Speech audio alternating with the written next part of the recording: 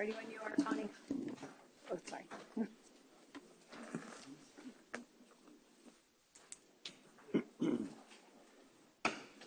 This says we are recording, so if I could ask everyone to please stand for the invocation and the pledges. Commissioner Chesney, I'm sorry. That's okay. Let us pray. Dear Lord, we are so appreciative of you allowing us to gather today. We are so appreciative and thankful that Commissioner Gonzalez has rejoined us, and we hope his health continues to improve. We are asking you today for guidance and to watch over us and to watch over all the citizens of Nueces County as we go through this process and all the processes that we are doing. And help us all to remember that we are here, Lord, to serve you. We are also here to serve those that we represent. We thank you for your Son, Jesus Christ. We ask you to continue to rain your blessings upon us. In Jesus' name we ask these things and pray. Amen. Amen. I pledge allegiance to the flag of the United States of America and to the republic for which it stands, one nation, under God, indivisible, with liberty and justice for all. Honor the Texas flag. I pledge allegiance to Texas, one state, under God, one indivisible. Thank you. You may be seated. This is not a, I guess, official meeting. It's just a workshop, so we don't have any record keeping, it looks like, done. It is 9:13, just for our records to show we're beginning just a little bit late, a.m. And Johnny Hip, I think we have you up first to get you in here to present your items. Thank you. Good morning, Judge and Commissioners. I'm always a little leery of being in front of y'all first thing Monday morning, but I'm here. So thank you all, Judge and Commissioners, for the opportunity to walk through the hospital district's budget. We've distributed copies to you all, and you should have them in your packet. It's a 3-page document. But before we get in, go to your notebooks under tab B. You'll see the hospital district budget. B. Sorry for interrupting you. Okay. Yeah. So anyway, what I'd like to do first, Judge and Commissioners, is just sort of do a high-level summary, and then if y'all want to get off the highway and get out into the weeds a little bit, we can do that. Let me start by saying that our budget that we have proposed for FY26 has been through the Hospital District's Finance Committee. They'll look at it one more time and then consider it for approval on August the 26th at noontime. The budget fulfills our constitutional obligations to provide care for the indigent and needy residents residing in the county. Our budget proposes no new taxes at the no new revenue rate. The budget continues to provide funding for the county expenditures that are shown on page 3. The budget continues to provide supplements for the county attorney's office. The budget includes the district's continuing payment of the Graduate Medical Education Emergency Medicine Program at SPOM that we started. We're in the process of moving from the second year to the third year. I would point out that the hospital district's budget does not include any new or additional funds for graduate medical education. We worked in the legislature to try to get funds to do that and to set up a mechanism to do that, and the legislature had other priorities. And what I would like to close with is that our budget begins to make adjustments in terms of personnel that are needed to deal with some of the consequences of our Big Beautiful Bill Act that took place in Washington. There are some things that the bill did and didn't do that will contribute to a need for the hospital district to increase its employees. And the last thing I would say, probably the more important thing of all of them, is that the hospital district's revenues, only 30% of our revenues come from taxes. The other 70% of our revenues come from non-tax sources. So, Judge and Commissioners, I can go further with talking about some things, but I can stop anytime you have for questions. With regard to the packet, the inserts we have there, page 1, the one with the colored columns, is the hospital district's general fund budget. Page 2 is a roll-up of all the funds of the hospital district for FY26, and at the bottom they include the district's open and closing balances for all of those funds and for total funds.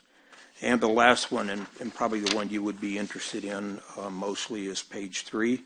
That's the hospital district's continuing list of county health care expenses that we cover. And if y'all would like, I can just walk through those. So this is on page 3. So section 1 is the mental health services that we fund. That amount is going down because MHID receives state funding to cover those services. We've been covering them for about 5 years now, and MHID, through some work that's been slowly evolving in Austin, have been able to get additional funds. Row 2 on page 3 are our health department expenses, and with regard to those, if you may not recall, these are funds that we reimburse the county for your role in the city-county health department. The amount of $1,800 is roughly just a rounding thing to make the number easier to work with, but our commitment to 1.8, not 18. I'm sorry. Yes, Yes. ma'am. Thank you. Little clear. It is Monday. I appreciate that. Yes, understand. It's 1.8 million, and that continues our support of the county for the health department, and includes continuing funding for the mobile clinic. On row 3, the hospital district continues to provide funds for emergency medical services, typically the ones provided in the ESD areas and also in 2 cities that are in the county. In row 3, we additionally added the city of Port Aransas this year, or for FY26. They really don't make a lot of calls out into the unincorporated areas just because of their geography, but they do get called into other areas that are somewhat outside of their jurisdiction. And as long as they're in Nueces County, we wanted to provide funding for covering those things. These emergency medical services payments are ones where they get paid only if they make a call. These are not just monthly payments or anything. You get a call, it's inside the county, we go through and do that. Our funding for juvenile detention center healthcare services continues. That's on row 4. Row 5, we continue our funding for the healthcare at the county jail. And I want to say that the amount that we have in there, the $8.5 million for our budget 2026, is an estimate, because as you all know, the contract with Wexford ends in December, and we're in the process of working through an RFP. And y'all have that, I think, on your agenda for Wednesday to do a conditional award. So the amount that we use in our budget here is simply the average of the 2 highest bids that were submitted. There were 3 bids, and this is the average of the 2 highest. So we felt like that's a good number to work with. And Judge and Commissioners, on rows 6, 7, 8, and 9 are really just some other things that we work with the county on. They're probably not the main items, but we did continue funding there. The diabetes program on row 7, we did put an additional $10,000 in that, and that was done at the request of, and I hate to admit this, done at the request of somebody, but I don't remember. I don't remember who. I couldn't find it in my notes of what that was. We also have an increase in row 8 for Halo Flight, an additional $750. And then we have in row 9 the public health grants. And what I would like to point out here is that they continue at the same amount, except there are 2 changes. With the Amistad Community Health Center, we have allocated $85,000 for the last 2 years to them, and they have not requested it. Oh, wow.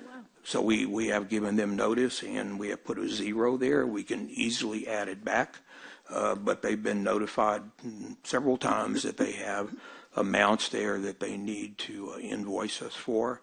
I think they're trying to prove to folks that they can stand on their own and do things on their own, and I understand that. But the money could be added back. The only other addition that we have here in row 9 is a $90,000 for a Medivan for the jail. We have been told by Captain Bustamante and a couple of the lieutenants that work in the jail that there is a need for being able to get people to the hospital that are in wheelchairs and other things. And right now, I believe they have to lift them, 2 deputies have to lift them up into a van. So we've put money in the budget. What we'd like to do is to get sheriff to give us a letter sustaining that and that they want to do it. And then also, commissioners, we'd like for the van to be purchased by the county so that you have it in there and we handle it as y'all would normally have a vehicle, and we will reimburse you all for that. But we don't want to be in a position of owning another vehicle. Yes. So, commissioners and judge, that's what I have. And any questions before he sits down? Please go ahead, Commissioner Mattis. Thank you, Judge. Thank you, Johnny. We don't see you as often. It's good to have you here. I have a couple of questions. So, looking at the sheet you provided us on page 3, item 5, County Jail Healthcare Services. So is that am I reading this correctly, a $3.3 million increase from last year's budget to this year? Commissioner, that's correct. The bids are much higher than they were before. So what we're working with is a situation where our current contract with Wexford was done on an emergency basis. Y'all made a determination to end that after 2 years. And an RFP was issued. I don't want to get too far out here because we still haven't taken action, but there were 3 bids received. And as I said a while ago, of the 3 bids that we received, the amount we put in the budget was an average of the 2 highest bids. Now, the amount that I think we're going to end up settling on is going to be less than that, but I don't want to get into those amounts because y'all haven't acted on it, and I don't want to give up any negotiating position we have. But that number, Commissioner, you're correct to circle that. It's padded a little bit, but sure, because we're working with a situation where we don't have an RFP yet that's been issued, a contract. Right. And so we're trying to play it safe by having a higher amount there. But, Commissioner, that the final number will be, the increase will be less than the 3.3, but it will be higher than what the original number was. Okay. Well, I appreciate that update. It's important to pay attention to, keep track of, and see how that impacts everything. I mean, I know it's your own budget, but it's a budget that we got to approve. But $3 million in the day and age when we're talking, $10,000 is a big deal for some departments. That's a big chunk to swallow. So we'll be actively monitoring that. But thanks for your update on that. The other item I want to talk about is emergency medical services. So $650,000 that go to the communities that you have listed there below. It's not my precinct, but it was at one point. So I'll ask, why is Driscoll not listed on there? There's no reason why we can't put them there, Commissioner. Yeah. They have to, well, let me just use the city of Port Aransas as an example. Everyone on the list other than the city of Port Aransas has an agreement with the county to provide fire and emergency medical services. That includes the city of Robstown. This year we're adding the city of Port Aransas there. And if the city of Driscoll is in a situation where they operate an EMS system and they make calls into the unincorporated areas of the county, then we can make payments to them. But I want to emphasize just something I said probably too quickly in my budget presentation with regard to the payments in row 3. This payment only goes out if it occurs. So if you have an ambulance call, and if the ambulance call is under the GIS system that the emergency management coordinator uses, falls in the county but outside of the jurisdiction of a city or an ESD, then the hospital district will pay whatever entity that does that. But I did not realize the city of Driscoll operated an EMS system. But if they do, we can add them in here.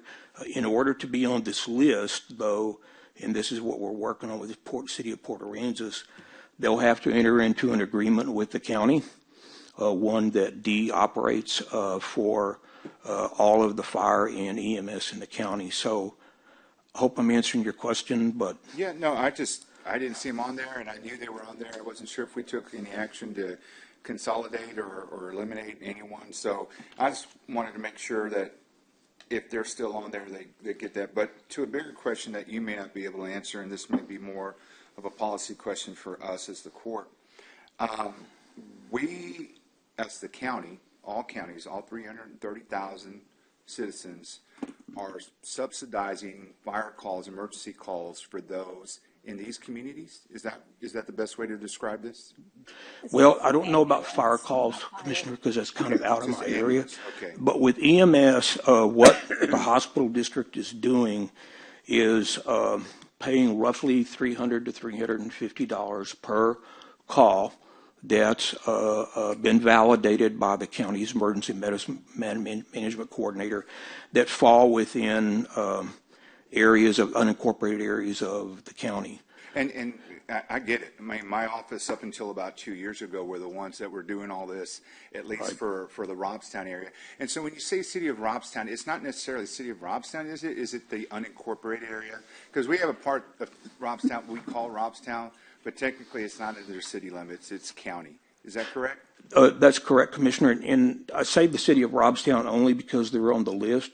But we do not pay for calls in the city of Robstown. But if the city of Robstown gets called into what I used to refer to as no man's land out in the western part of the county, and they do make a lot of, they're the one who get the call from the dispatch center for EMS services in that area. Yeah.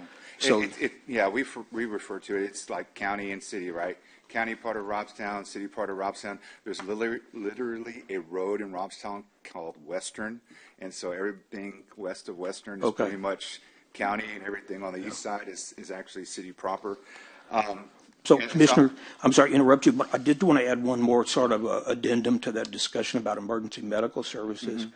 We also subsidize, and it's not on here because we haven't paid them in the last year or so, but the city of Corpus Christi.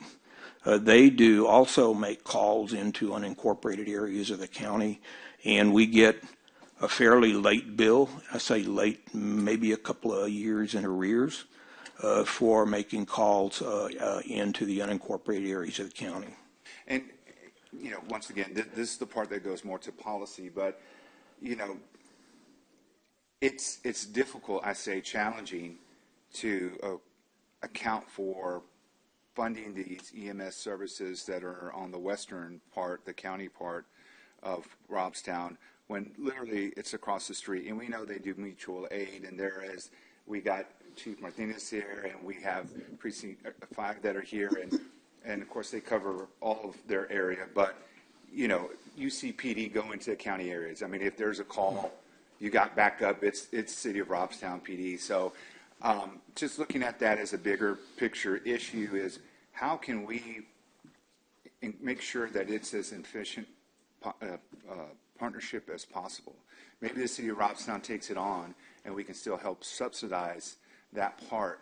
But I can't imagine the accounting part of it. I mean, I remember Sandra, who I used to have as my assistant, and Priscilla, having to spend so much time of their day accounting for this, and I'm thankful that Dee has that responsibility now. I feel bad for her that it's on her, but someone has to do it. But maybe there's a way that we can talk about in this next year to how can we bridge that to where it's all services basically are provided, and there's more of a mutual aid that we can help maybe subsidize. So it all goes through one accounting of books rather than two.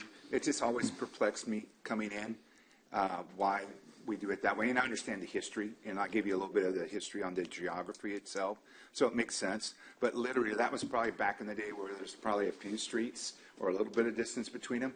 They're right there. They're right up next to each other. Bosques, we got one side is the city, one side is technically the county.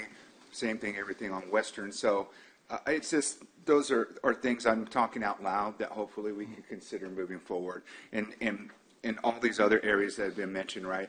These are unincorporated areas mainly, even though they are described as the cities. They're mainly the people out kind of in no man's land that don't have a city proper that represents them, and they rely mainly on the sheriff's office, on our constables, whatever constable area they're in, and of course the ESD that has emergency EMS services. So just once again, talking out loud, I thank you for this budget. I don't have any problem with it, but I just wanted to note some of those concerns. Commissioner, if I could just close on that item with you. We'll be glad to work with the county in whatever, system evolves here to continue to support you all like we have in the past. And I want to close with this comment. I believe that the $650,000 that we contribute toward EMS in the county, if you went to providing a county-wide, county-operated EMS system, this $650,000 would be a de minimis number.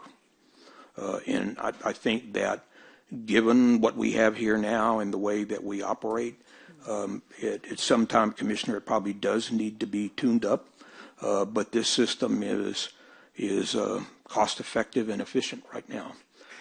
And I just say it in the spirit of, we know that there are some ESDs in our county that are not being operated because of they don't have the right leadership. They don't have a chief there for EMS or fire. There's issues of being already incorporated into a city proper. Those are issues that I think, need to really look at. And so it's a matter of efficiency. And when we ask you and give you the charge of funding, that can help reduce the overall fund that the taxpayers are paying. Even though you say 70-30 split that you have, it's still something that the taxpayers are paying. So I just say it as a matter more of efficiency. And I got to say it, because if I don't say it now and I don't say it out loud, I'll forget, and we'll just keep moving on. And then a few years later, we'll be like, oh, yeah, we're here at that same point. Or next year, this time next year, we'll be here and say, oh, yeah, here we are again. So it's just a matter of let's study it. We got time going into the future. I'm not going to hold this budget up, but I think it's worth just starting those conversations if they haven't been started already. They have. That's what I wanted to add. Good. Dee has been instrumental in working with the ESDs and working with the hospital district, working with the cities and stuff. So those conversations are being had. So that's a good point. Good. I think it will. Good to hear. Thank you. Does anyone else have any questions for Mr. Hipp? Yes, ma'am. Go ahead, Commissioner. Thank you. Johnny, thank you very much. This is the first time we've had an opportunity to look at these sheets. So, and Your Honor, I don't know how this is going to work. If we take these home and have further questions, how are we going? Are we going to ask if they come back at a future budget hearing, or? They will be here when we vote on the tax rate and we have other questions. They will definitely be here to answer those questions. And each of you with these sheets, I would suggest you reach out to Mr. Hipp as well before they pass their budget if you have some questions on it. Like he's. Okay. Commissioner, I think you have my cell phone number, but if not, I'll get it to you. I just I wasn't exactly sure. I haven't been here in a while, and I don't know how the process has or has not changed. It's good to have you back, Commissioner. Thank you. I'm glad to be back. So one of the things I wanted to start off by asking is, when I was here before, we negotiated a 15-year contract with Spahn Hospital. Where are we at in that contract? It wasn't 15 years, but the contract ends in 2036. And so whatever number of years. The original one I was a part of was 15 years. So did it change? No, sir. It's always been long. It started in 1996 and it goes through 2036. So it. No, we renegotiated.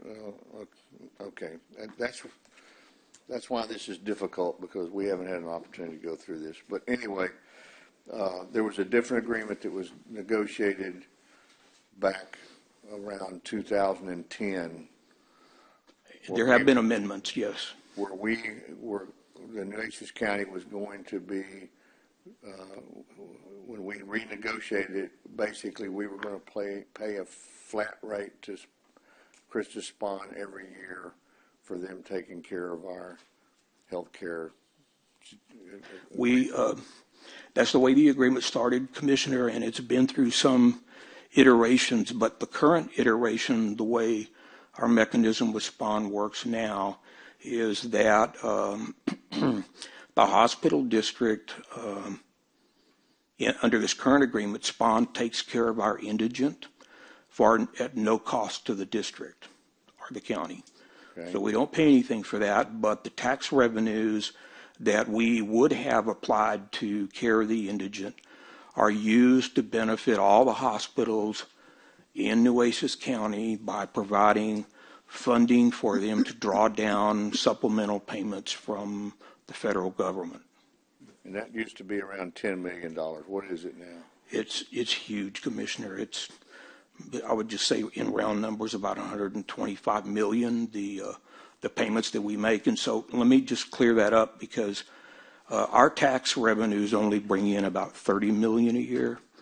The other amounts that the hospital district uses are from fees that we collect from all hospitals. It's called an LPPF fund, but we assess a 6% fee on every hospital during the fiscal year to provide funds to help draw down those payments for everyone in the city. Okay.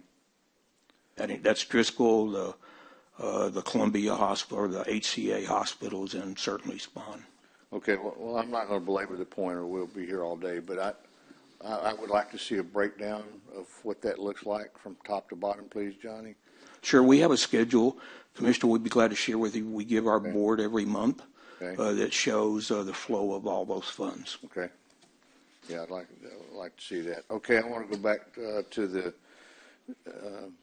what we used to call the City County Health Department, or on item 2 here on page 3, you've got the Health Department to $1.8 million. That's to fund our continuing partnership with the City of Corpus Christi for the City County Health Department. That's right, Commissioner. And again, this number, it was a 1.765. We just rounded it up for ease of working with the number.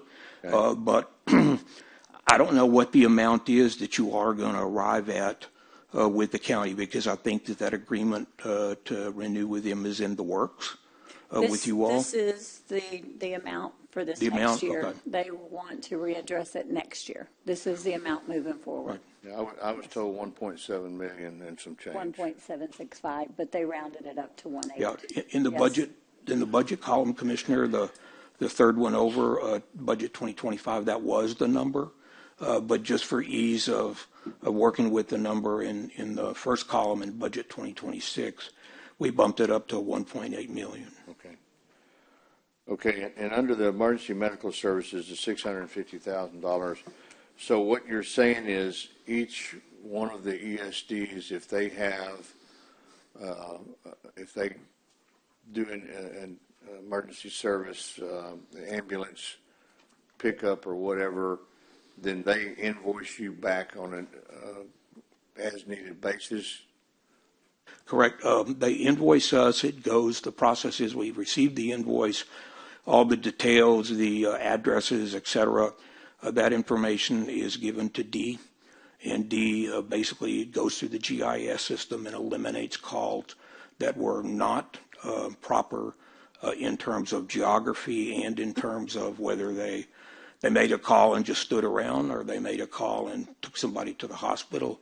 So she cleans all that up for us, and then after the cleanup, then that invoice does stay with the district in the adjusted amount. We pay to the ESDs and the city. Okay, who determines whether these folks have insurance or not that covers ambulance service? That's a situation for the ESD and the terms of the agreement that you all have.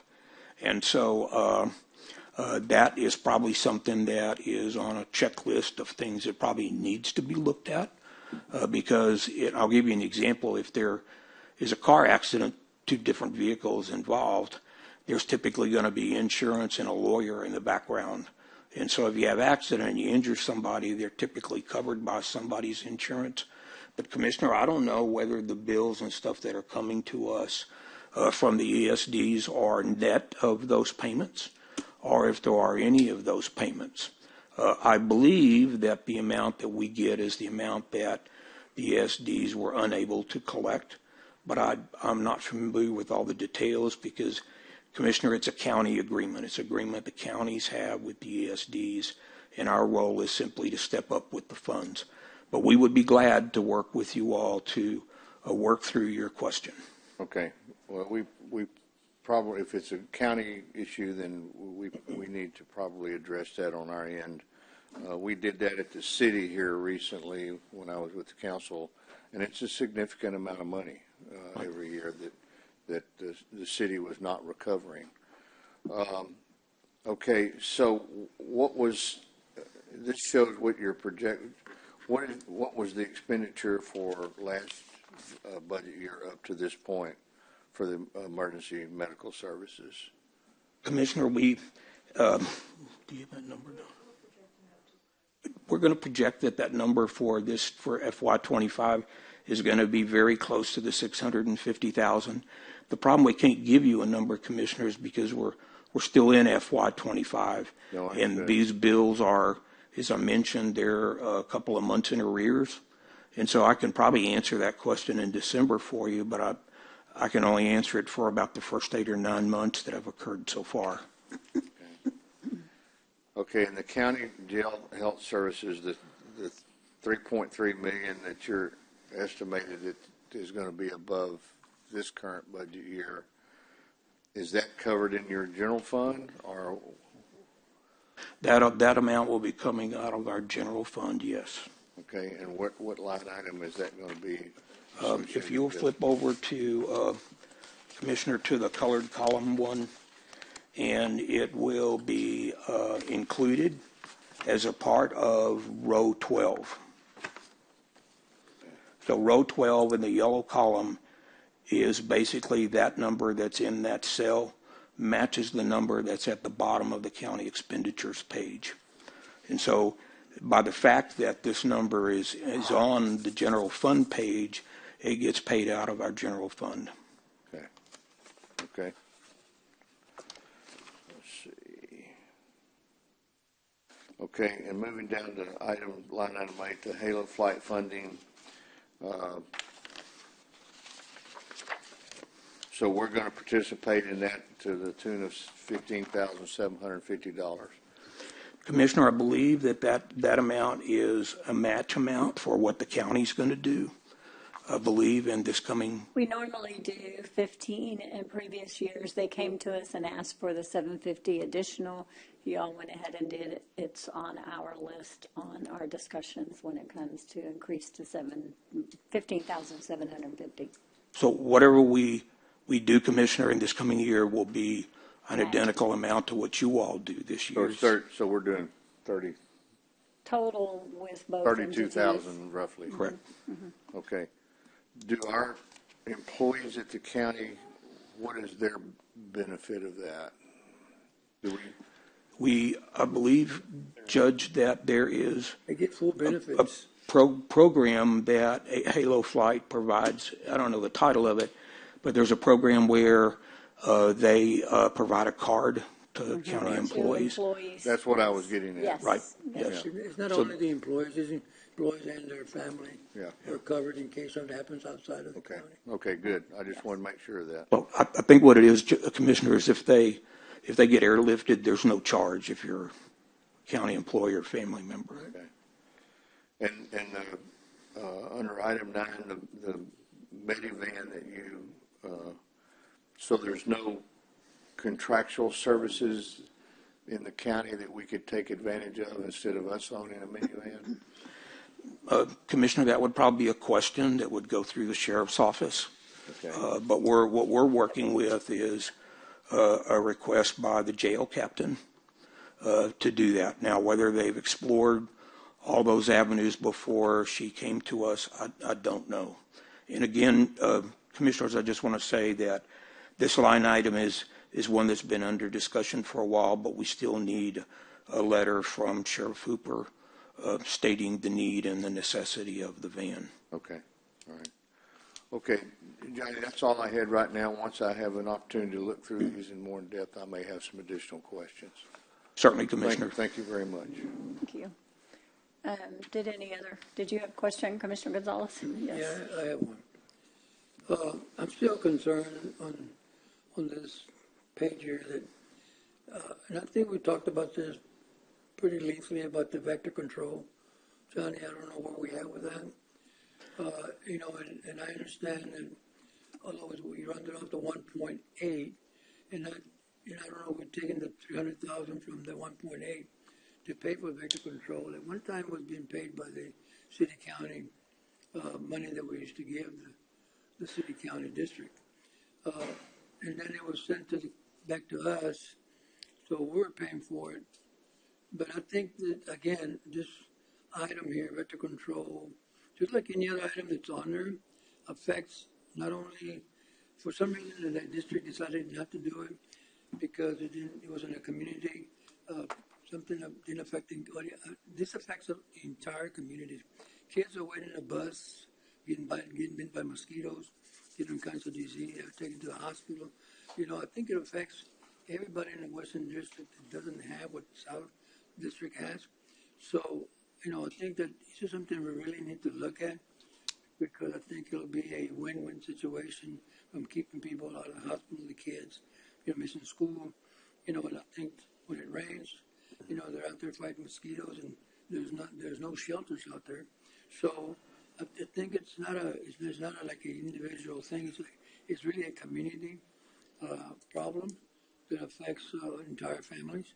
So I don't know if it belongs to number 9 or belongs to number 2, but I think we really need to look into that to see how can we get this vector control in there.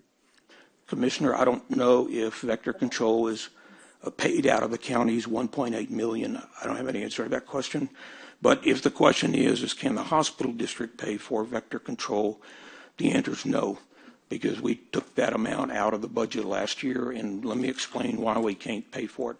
The hospital district can only pay for what I would describe as person-to-person services. So vector control is not a person-to-person services. It is probably one-to-many services, but is not a one-to-one. So as I said last year, the amount for vector control is outside of the fence, if you will, of the things that we can pay for. And that's why it was removed from the budget last year. And if the question was, well, you've been paying for it in the years past, we have, but it wasn't proper. I thought we put it back in our budget last year. We had it in the budget.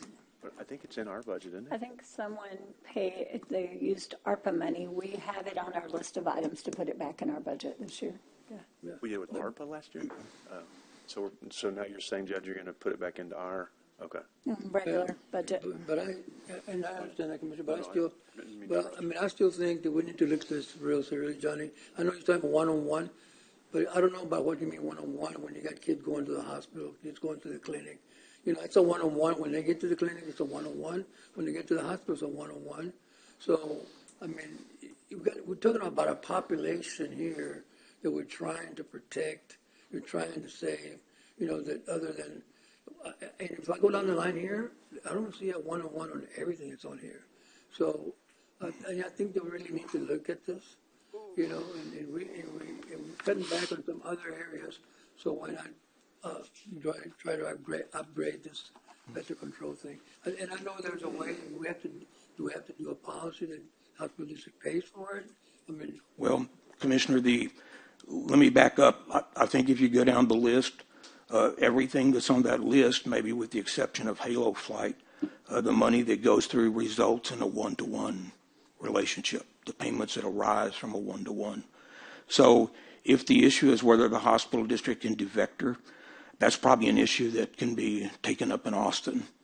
But the hospital district can only provide services that are one-to-one services, and that's because the law says that the hospital district is responsible for medical and hospital services for the indigent and needy inhabitants of the county. And by that statement, by implication, it says that it's a one-to-one situation. It doesn't say that the hospital district needs to take care of public diseases or nuisance diseases or anything like that. So, Commissioner, we have looked at that. And so I think if the desire is to fix the law so that the hospital district can cover those public health services, then we probably need to put it on the list for next year, for the next legislative session. I think there's always one way, more than one way to skin a cat somewhere.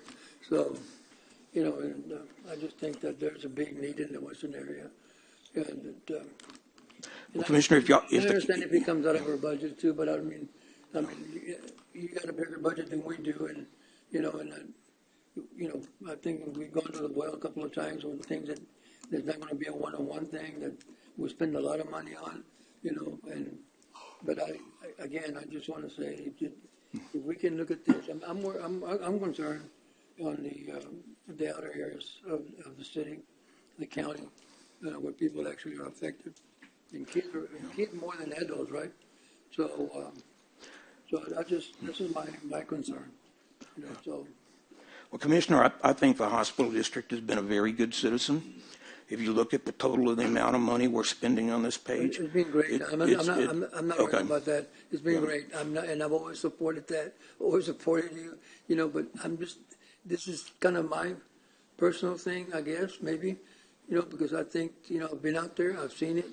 You know, I just think that we do need to do something about it, you know, whether it be us or be you. I just figure something. I think that, you know, the hospital district should be the one to do it, but you say we can't, you can't. But I think we need to look into it, like you said, for next year, maybe. Okay. And I think they're saying they're having a hard time hearing you. If you have any more questions, if you can pull that a little closer. Thank you, sir. Sorry. That's okay. But thank you, Johnny, for being here. And Commissioner, we'll work with you all to try to figure out something. Thank you. Thank you. Perfect. I think that's all the questions, so thank you very much for being here. Let me further Go ahead. so what is, are you talking about the total funding for vector control for the county? Yeah. So what was it? 300,000. How much? 300,000. 300,000. And has it always been paid out of the county general fund budget, or? No. They paid for it. Last year, they took it out. We had some ARPA funds that we paid for it one year. This year, it is in my list of priorities for the county to go ahead and pick up again. Okay. Yes. Okay. But before that, was it paid by the city county, right? I'm sorry, Commissioner. But before that, it was paid by the city county. In the years prior to last year, Right, it was included in through the same funds that in you're our getting budget, now, yeah. the 1.7. Yes. Did we ask the city county to take it out of their budget? That was my first thought too. They can't have it in their budget because they pay for it and they can't use their funds to pay so for it. that's why it was pulled out. Yes. Okay. Yes. Understood. Thank you. Okay. Thank you very much. We appreciate it. I think you're finally done. We appreciate you being here today, all the questions and information. Thanks. Okay, Judge, I'll just close by saying I'm glad Constance is here. I know you all are too, and we're glad to work with her and appreciative of having her here, and y'all keeping her here. Well, she's temporary over there. Let's be clear. I understand. Yeah. Understands Sit in a that. different Yes. chair next time. Yes. Yes. But thank you. Okay. Thank you all. We'll see you all on Wednesday again. Okay. Thank you, Johnny. Thank you. How about next up, Constable 5, Mr. Deputy Martinez, I believe. Are you going to present? Yes. Do you have some? Oh, is this mine? Yes. Do you have a copy of Constance?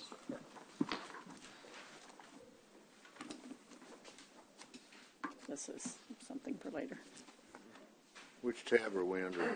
There's isn't a tab. They brought their presentations. This is just the workshop. The rest of these back here, they will either bring a presentation or we'll just listen to what they have to say.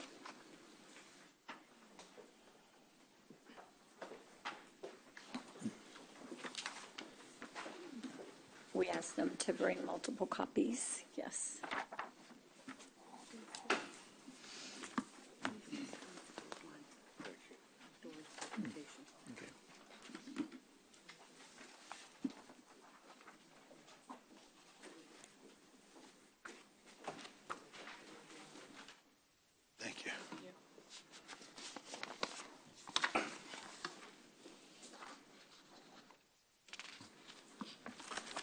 Good morning, Commissioners, County Judge.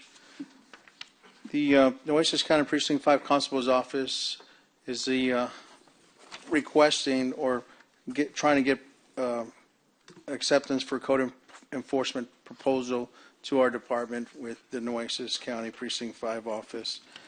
We're pleased to submit the proposal for the services of having Nueces County code enforcement combined to improve satisfaction by providing a stronger outcome in the area where it's most needed. We have determined having the code enforcement under our command, our department, would greatly reduce the cost annually and response time as well. The objective, the need is to improve response time for calls for services and questions the public may have. Number two, improve better outcomes, create more cases and prosecutions. And lastly, better training for staff and new state and local laws pertaining to environmental codes. The opportunity for all this is to train all code enforcement officers and maintain proficiency. Second goal is to integrate old ways of code enforcement with new technologies and methods. And the third goal is to monitor previous issues and create ways to better serve the public and their concerns.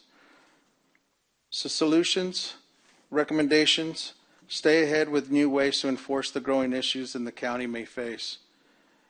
Implement planning solutions to help make the public aware of consequences and illegal dumping. Lastly, focus on having code enforcement deputies be responsible for their responsibilities. Our proposal, Nueces County Precinct 5 Constable's Office has been a precinct that is understanding when the public has issues or complaints since Constable Oscar Mendoza has taken office back in 2021. One growing concern with the community sees is the illegal dumping that occurs in our neighborhoods. Precinct 5 has made it a point to help those who have been affected by illegal dumping. It creates eyesores and even health issues in some cases. We understand having neighborhoods with trash dump makes the public upset and wants solutions rather than excuses.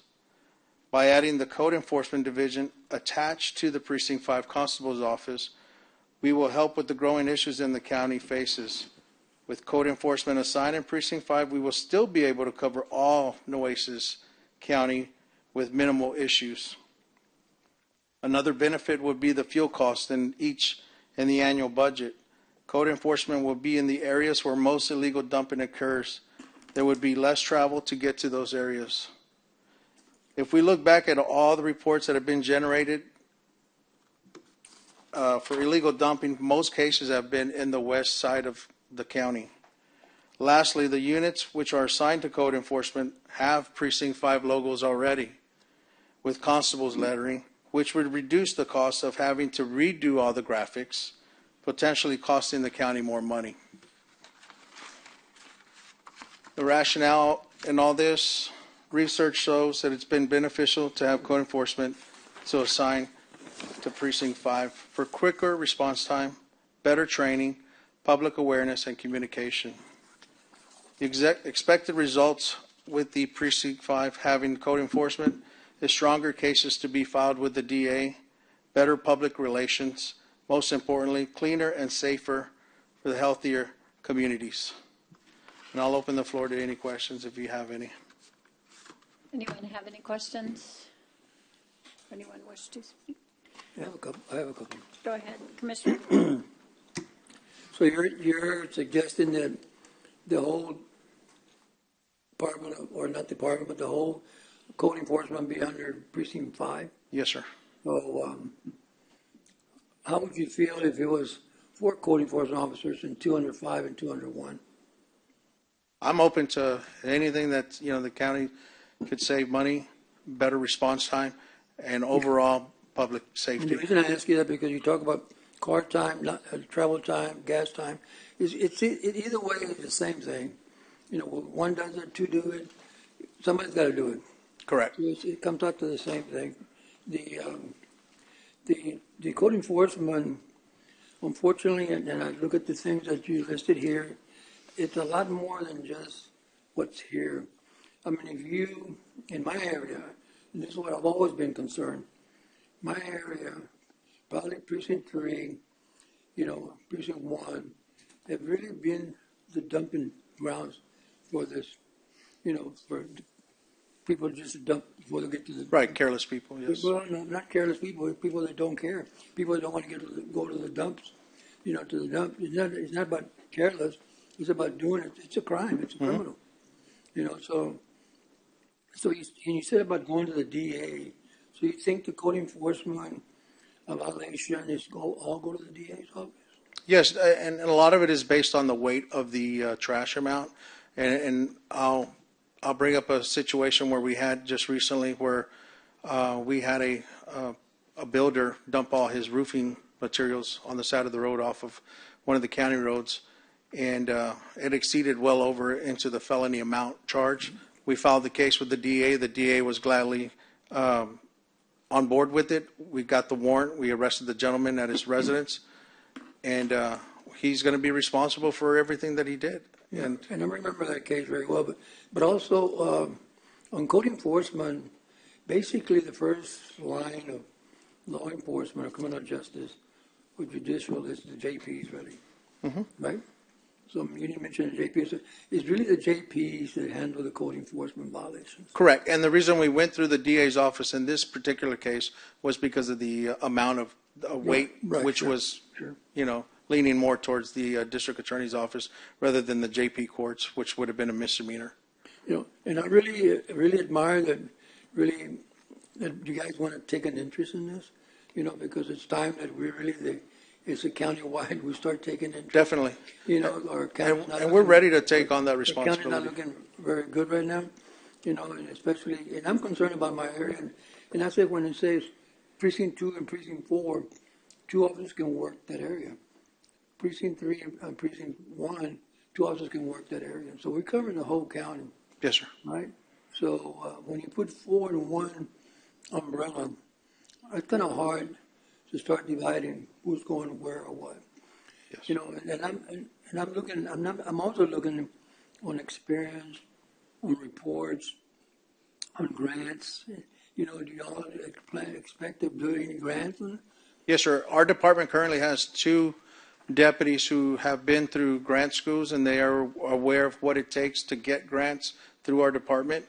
And then not only that, but in the past where the code enforcement was held up with the public works, they still had to travel 15, 20 minutes just to get to one spot.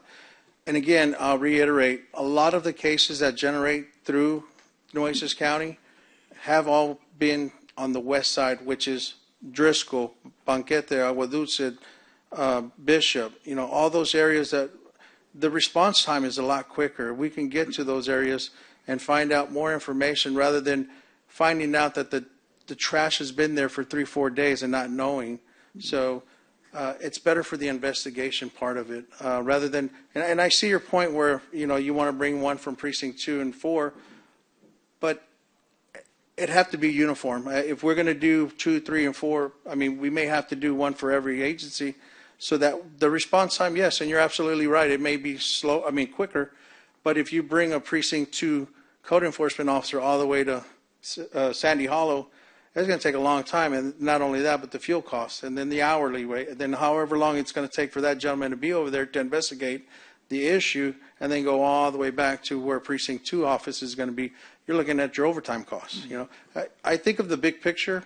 So, and again, I say these things only because of what is brought before me as far as the case reports, the complaints, the dumping sites are all on the west side. So, having that said, I think it's beneficial to have them closer to where the areas are most needed. And, Chief, what I'm looking at is code enforcement. Not so much that would be the first priority for those officers, not serving papers, not serving. You're absolutely right. And I really didn't see this here, but I think that the primary work of that code enforcement officer would be code enforcement. Correct. And knowing that they are going through this trash bag, going through the cleanup, because it takes a lot, and I just had somebody else clean up one of my areas. They had to pay extra, because we don't have enough code enforcement officers. So, but anyway, this is what I'm just going to question that because this is great, and I'm again, thank you for all of a sudden jumping in and taking initiative. I think if we all were to do that, it would be a lot better. So I don't know, maybe we need to get one to each one. I don't know. I think 2 and 2 would work real good because we can divide it where, 2 will work in precinct 2 and 4, and the other one will be precinct 1 and 3. So we can take care of the county that way and probably Yes, sir.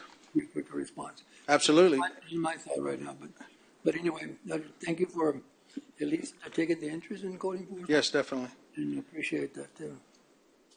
Commissioner Modis, you have some questions? Thank you, Judge. I want to thank Commissioner Gonzalez for helping start this discussion a couple meetings back. I know we had to delay, and finally we had the presentation. And it's, to me, it's not an issue of wanting to choose who this goes to. Like, does only one department get access? I mean, we recognize this is a county-wide issue that we Correct. all 4 precincts, all commissioners get calls on, even on the island, right? There's illegal dumping issues that are there.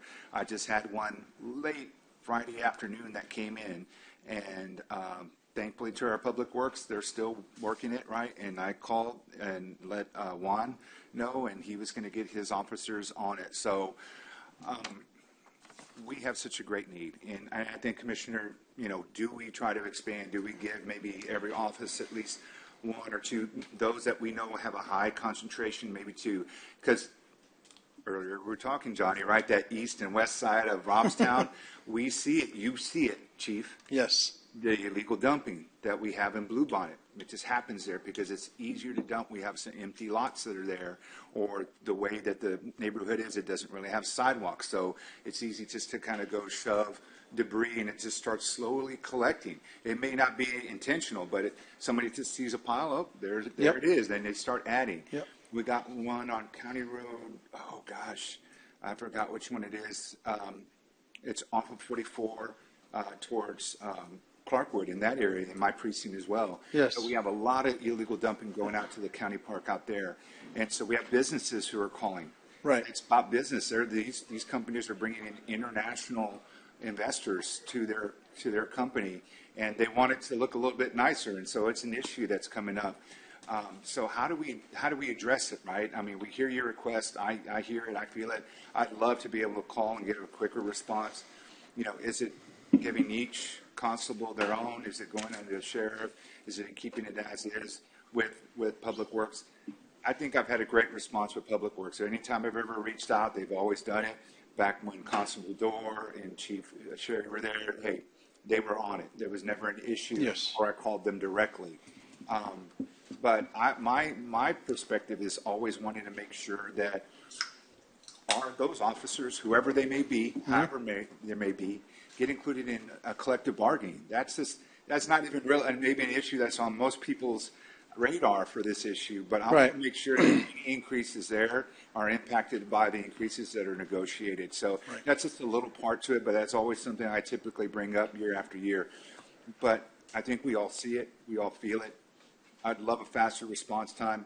I don't know what the judge has planned on this. I will follow with her lead on this. I think we really need to get law enforcement together to kind of come up with a good plan of how to do this. I think finding maybe individual officers for each precinct or those with the most need to have at least. Absolutely. And then maybe those that don't. And I think that's going to be something that the court. I don't know how we figure it out. I haven't looked at other counties, but I'm going to start doing that to see, is it a hybrid model? Is it standalone? Does it fall under constables? Does it fall under sheriff?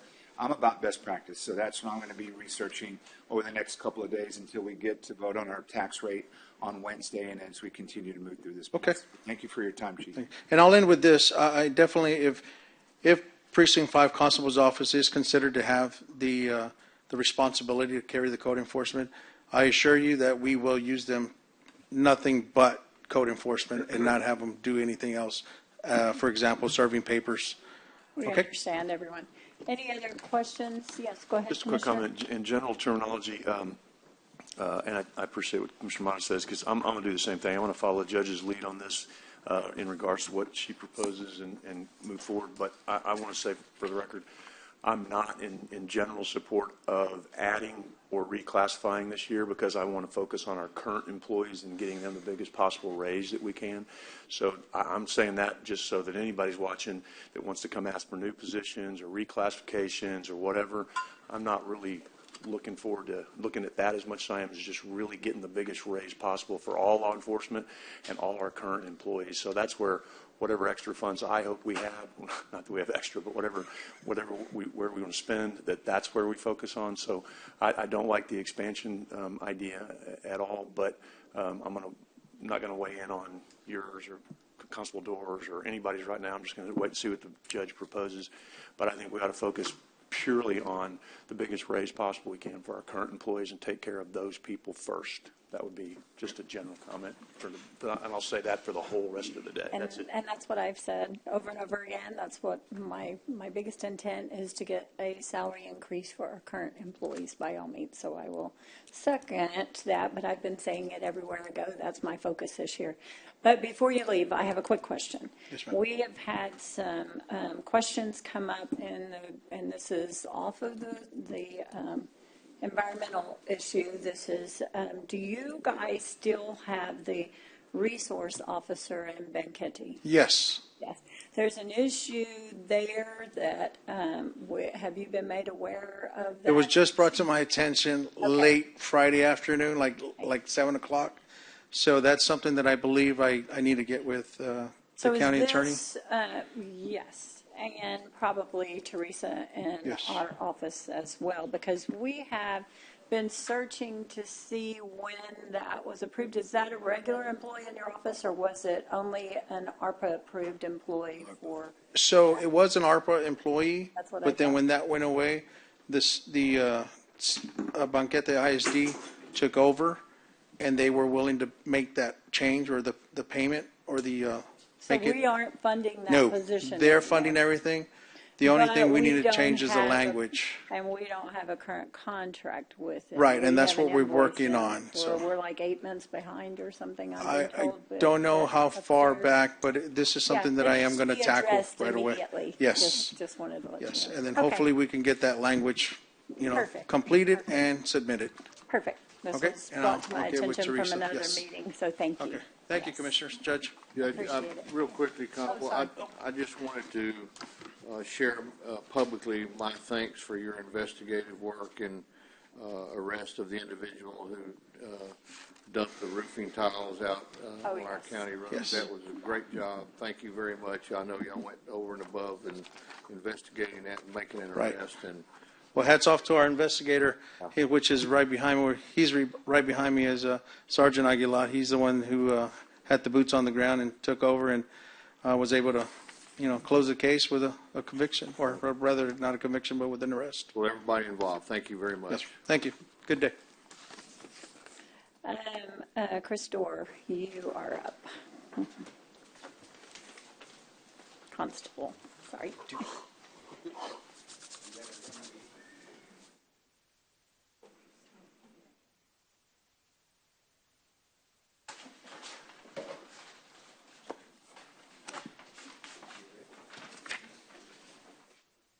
You already got one, right?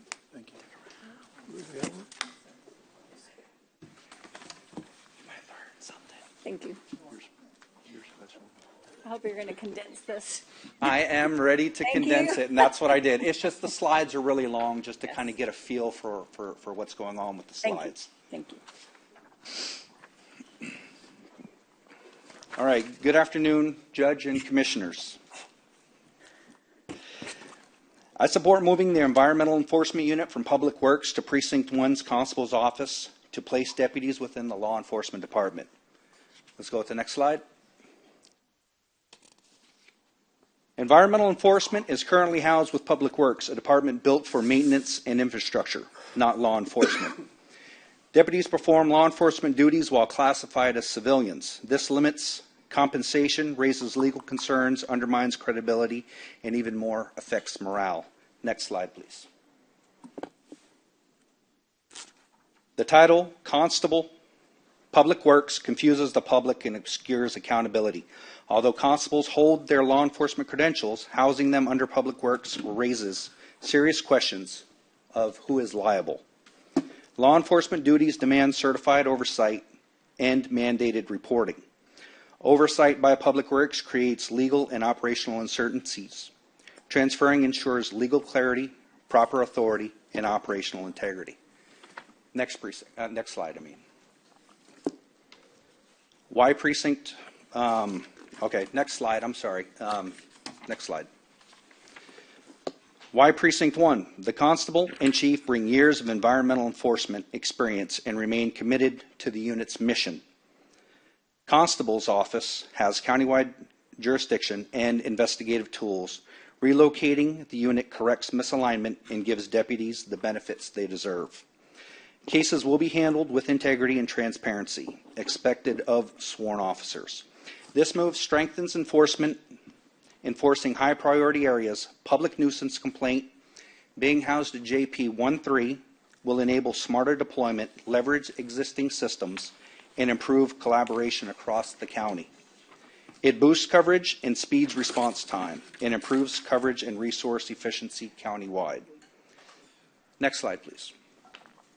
Now, on the next slides, I just want the individual running the slides just to go from 6 through 15, and then we'll just, as they're going through it, these are all areas within the commissioner's precinct. And are the past complaints across the county and go well beyond illegal dumping. They include violations of Texas Water Code, Health and Safety, Texas Commission of Environmental Quality Rules and Administrative, Texas Railroad Commission, outdoor burning, traffic, civil, criminal, nuisance, abatement, and public safety. Illegal dumping varies across FMs, highways, county roads, and unincorporated areas affected by city annexation. So we'll go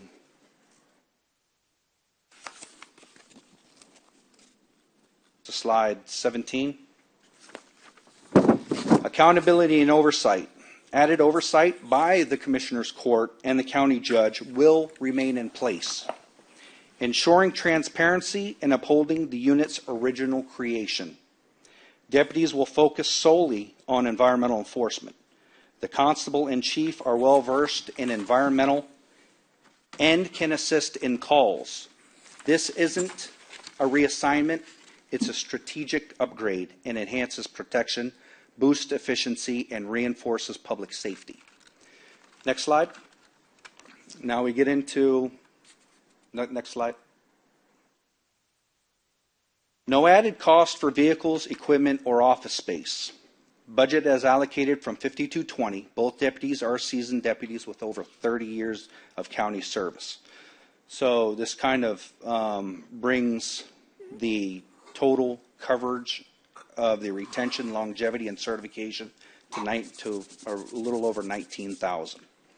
Public Works can continue the cleanup efforts with cost recoverable through court reimbursement. Next slide. So, this is the last slide, Judge. I condensed this fast. I'm impressed. We've heard a lot about environmental. I know we have. We have. So now you're showing a slide. Yeah, exactly. Now, the constable's solution as an alternative, if not wanting to remove from Public Works, okay? One is, one option is reclassifying the roles to code compliance. As we know, code enforcement under Public Works, there's a lot of reports that are not doing TCOL, mandatory UCRs. They're not doing any of that. It's kind of mandated up to, I guess, the individual to report, but technically it's a civilian entity. So that's where the confusion goes. And as far as, I think I heard earlier, the Public Works law enforcement officials, and that's not the way it should be. By reclassifying to code compliance, other agencies, or not other agencies, other counties have done the same thing. They've listed them down as code compliance, removing law enforcement duties and shifting away liability from the constable's office. However, this limits criminal enforcement requiring certified officers for citations and arrests. Now, it was something near and dear to me is bringing the other alternative is to hire one more environmental enforcement, placing one environmental enforcement deputy with the commissioner's precincts. And that's something that I had brought up. With this can handle commissioners' precinct-specific complaints, which better addresses the county's size and workload than relying on two individuals to handle the whole county. Because I know, the chief knows, it's just too much for two people to handle. So that's pretty much what I have right here. Anybody have any questions? I'll just state again, our focus this year hopefully is going to be on paying better salaries to the employees we have before we increase. It might be something that, we want to do, but I think our priority has to be focused on retainage and keeping the good employees that we have, and the last 2 years, what they've been through with us, and that's going to be my push everywhere we go when anyone asks for additional employees. So state it again, just like said before, but does any other commissioners, anybody have any questions? Yes, go ahead. I do, Your Honor. Thank you. I got something though. We don't want to leave the environmental enforcement out of the pay raise. Oh, So I'm just mine is letting for you know. everybody across the board. So All right. They won't be left out if I get my plan.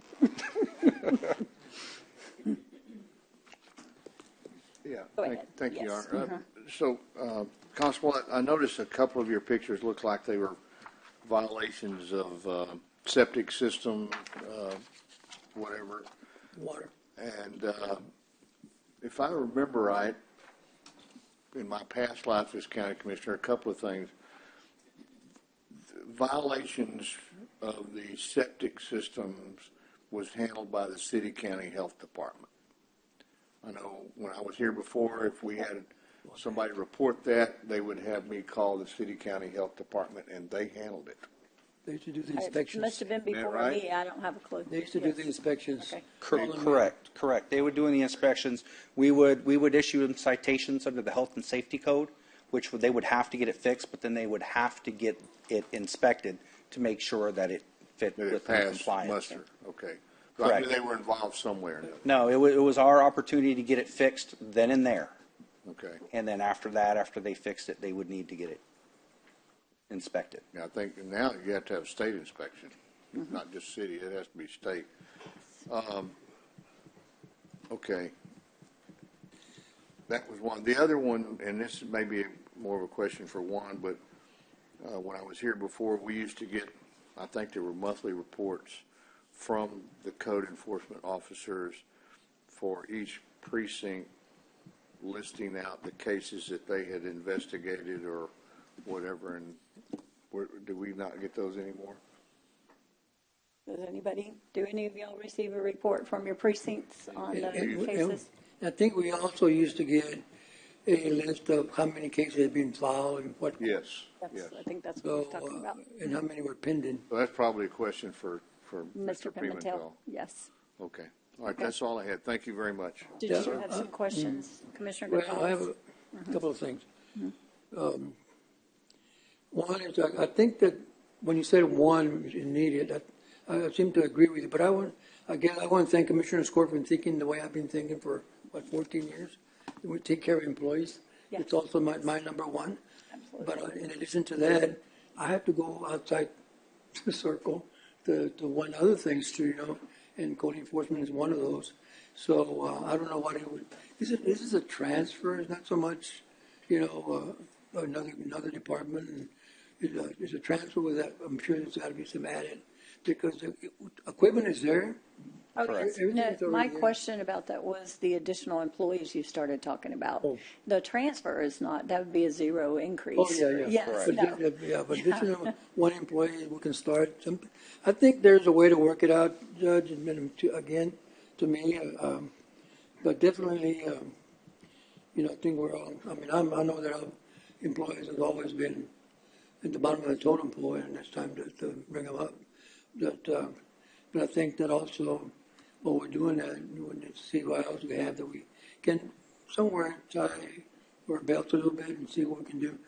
we need to keep our county clean and, looking better. And, because we get calls all the time. So especially those areas around where you have, the dump sites, where the city dump, the Kelly, the Dr. Gully's dump site, the one in Robstown, there's always a lot of stuff in those areas because they don't get that far. So, but my concern is also employees, but also trying to keep our county clean. So, Mr. Dor, if you were to, you said if you were to have one employee as a code enforcement officer, and I know travel time, I know you have an office Correct. in Annabelle, Yes. and the office being utilized? And say that one more time? The office being utilized? Correct. Yes. JP 13 at the Bilbodi building. So you got 3 JPs really in your area? Correct. Precinct 3, Precinct Judge Rubio, Santana, and Benavides. Correct. Yes. So those are the ones you'll be following, I guess, Yes. and following through and make sure they get followed and processed. Yes. And that's been the case, Judge, a lot of times, when they're following the JPs, they sit there for a long time, and I'll call the judges several times and say, hey, can we get this going? But I think that we just need to work together here with the judges and try to get those cases that are filed move forward. So, again, to have some results, because when they sit there for a year, therefore the people don't have to watch it, who cares? They're not going to do anything about it. So I think a lot of the thing has to do working not only with ourselves, not only with the constables or law enforcement, but also with the judges. Have a good relationship to making sure that cases are being pushed and being filed and being processed. So, Dora, I appreciate the fact that, and I appreciate the fact that you're willing to be flexible and say, you know what, we can share. Oh, definitely. I'm like I stated from the past. Us and the rest of the constables, we're all on board. We're all on the same team, I should say. Well, and also the other concern that I have that you probably have too, and is making sure that those code enforcement officers are under the law enforcement, I guess, stigma. They're saying they're going to be treated like law enforcement officers and be on the collective bargaining and everything else. Yes. So which they deserve. So, and you said something about right now they're civilians, but they're peace officers. So, what draws the line? So what draws a line is who they're under. So since they're under a civilian entity, they are considered civilians for all intents and purposes. But for us, as we have stated in the past, yes, they carry guns, they carry badge. To us, they're considered law enforcement, but on paper, they're civilians. Okay. That's all I have. Thank you. Any other comments, questions? I believe you're done. We appreciate your time I would today. just like to close, if I can, please, ma'am. Sure. There's no better thing that we would love to do than to bring them under guided individuals that have been there, done that, and know how the process works. So thank you very much. Appreciate you coming. Thank you. Thank you. Next, we have Constable 4, Mr. Allen, or are you going to be, or Mr. Seda? Yeah, who is, okay. I'm not asking for code enforcement right off the bat. I am kind of asking for something similar, though. We have a maintenance man. I spoke to you about this already, Judge. We have a maintenance man that falls under Public Works, and they have control of him, even as far as what he does at our building, because he's dedicated to our building in Port Aransas and our department. He does maintenance and cleaning, though, doesn't he? Do A little bit of basically all of maintenance, it? mainly just cleaning. Mainly clean, okay. Yeah. And so anyway, we want to transfer him under our department so we can have a little bit more flexibility with him. And do you know, is there anywhere else, are they utilizing him for anything else, or is that just, go ahead. Yeah, you can. Okay, so the problem we ran into is that apparently the island is coastal parks, right? So Public Works doesn't do anything for Coastal Park area. So we have a building that belongs to Coastal Parks that we purchased a room. It's about a 12 by 12 that's ours. That needs to be maintenance, cleaned, and so forth. Well, apparently, Public Works won't allow him to go to that building because it belongs to Coastal Parks. So we're having an issue trying to have, where this guy can go. We're going to get the newer building in a couple of months, so it's a bigger facility. He also works with the JPs, Judge Neblett, so he cleans his office plus ours, and then supposed to go to the other room. So apparently they're having issues with him coming to one of our buildings that belongs to the county. So I just don't understand why he's an Nueces County employee. They won't allow him to go in there. They're real specific on his clock-in time. They manage him, and it's more like kids. You belong to us. You do what we say. We're trying to avoid that, though. He goes under the constable, and the constable regulates where he goes. It is a part-time position. It's only 20 hours. There may be some, when he comes to our department, we may have some opportunity to make him full-time, where he could probably work with Coastal Parks or anything that that Mr. Cross might need. So that's a possibility. If he went under y'all, would he then, in a month or two, because I know that's on our list of things to discuss next week or sometime, on the new building, he would then have the JP in the court and your building to all do. Yeah, the south side. Yes. We have a little So it'd be substation on the a island. little bit more, and but you're not going to keep him just, if he goes to you, you're not going to keep him just cleaning your constable office and not allow him to clean the JP. No, he's also doing all of those already. If he went under you, he would still continue to do those Yes. parts. Yes. Okay. I don't know. But that's something later on down the line. We discussed it with Coastal Park? No, he would be just transfer out of, Budget? they're asking transfer the budget, the part-time person out of Public Works into them, and he would only handle Your Port transfer. Aransas, their stuff. And that's basically what he does, and with the new building and the bigger area, it's probably going to be a little bit more time, because you just commented the small space you're in. I believe the new space everybody's going to is a little bit larger, or Yes. hopefully a lot larger, or something will maybe need And it's more coming pretty time and soon. effort, yes. But he does maintain the He judge's office. already maintains, yeah. and y'all, that would continue if you got him It's part-time just a under little your bit, staff. we just can't have him like, we have a south side office, like I said. Of course, regulating his clock time, they GPS him, so if he'll stop at the south side, they made a big issue about it, so they don't do any maintenance work. And he is also like our maintenance man also for light bulbs, whatever minor repairs we may need for that building. Any other questions or comments, anyone? Go ahead, Commissioner. I hear you.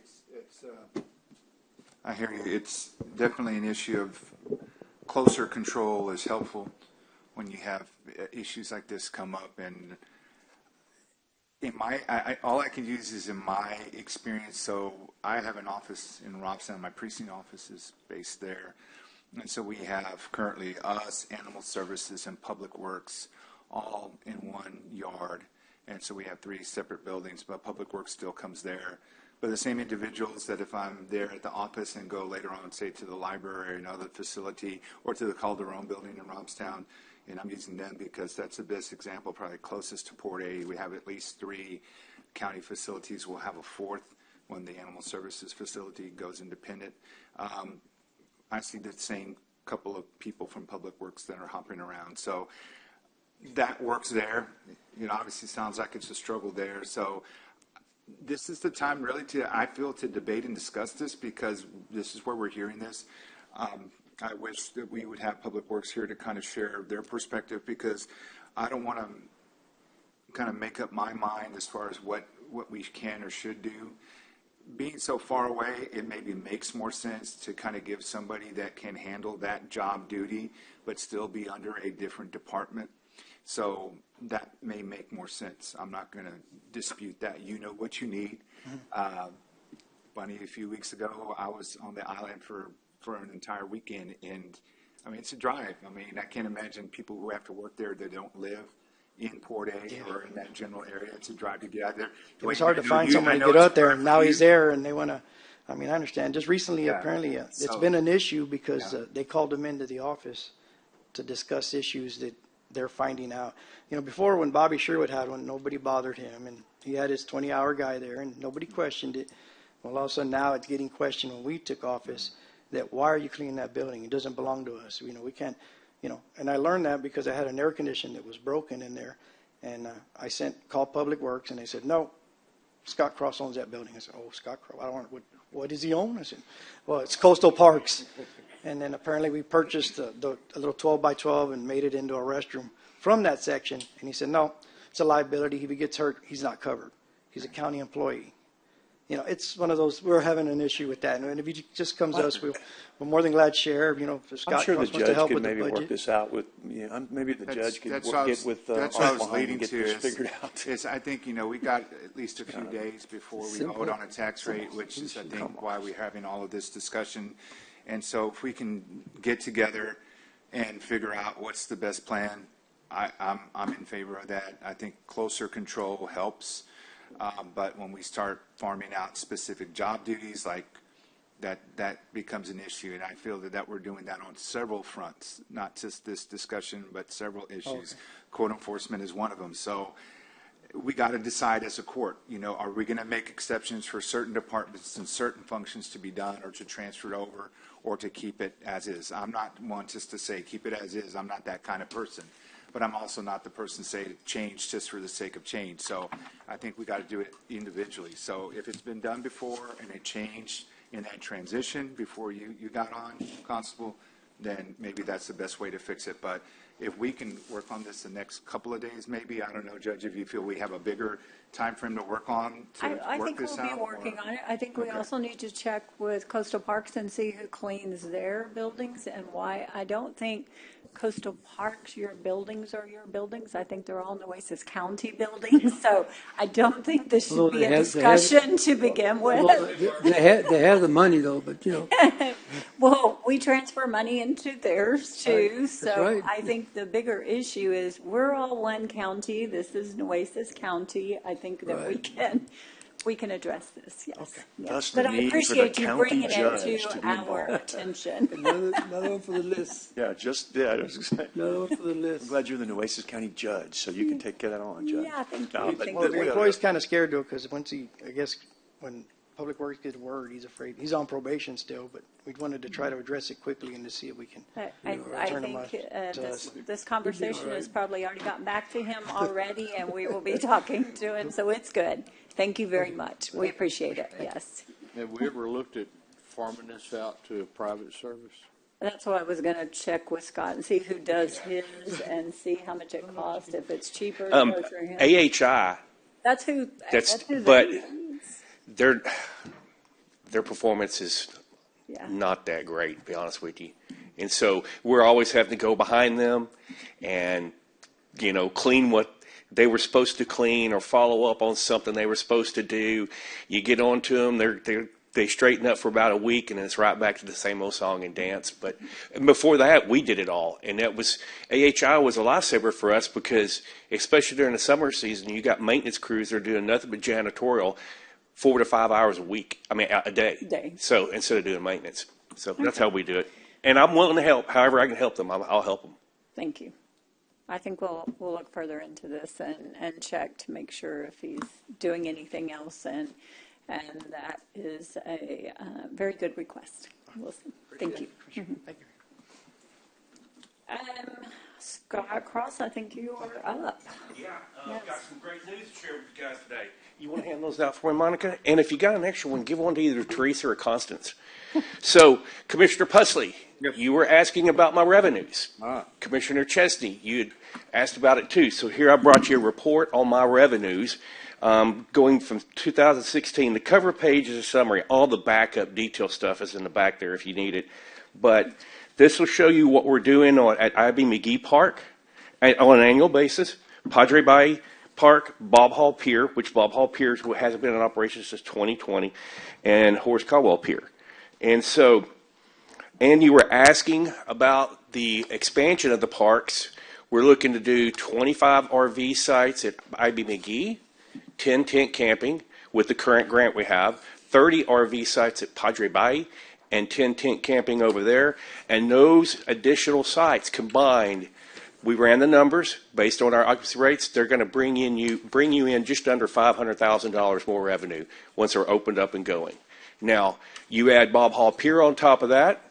You see what Bob Hall Pier is averaging, and I'm going to go conservative. I'm going to say that you're going to see between $800,000 and $900,000 additional revenue once everything's operational. Even though Bob Hall Pier is getting you, just over $500,000 on an annual basis. Now you see in 2020 it dropped because of Hurricane Hannah.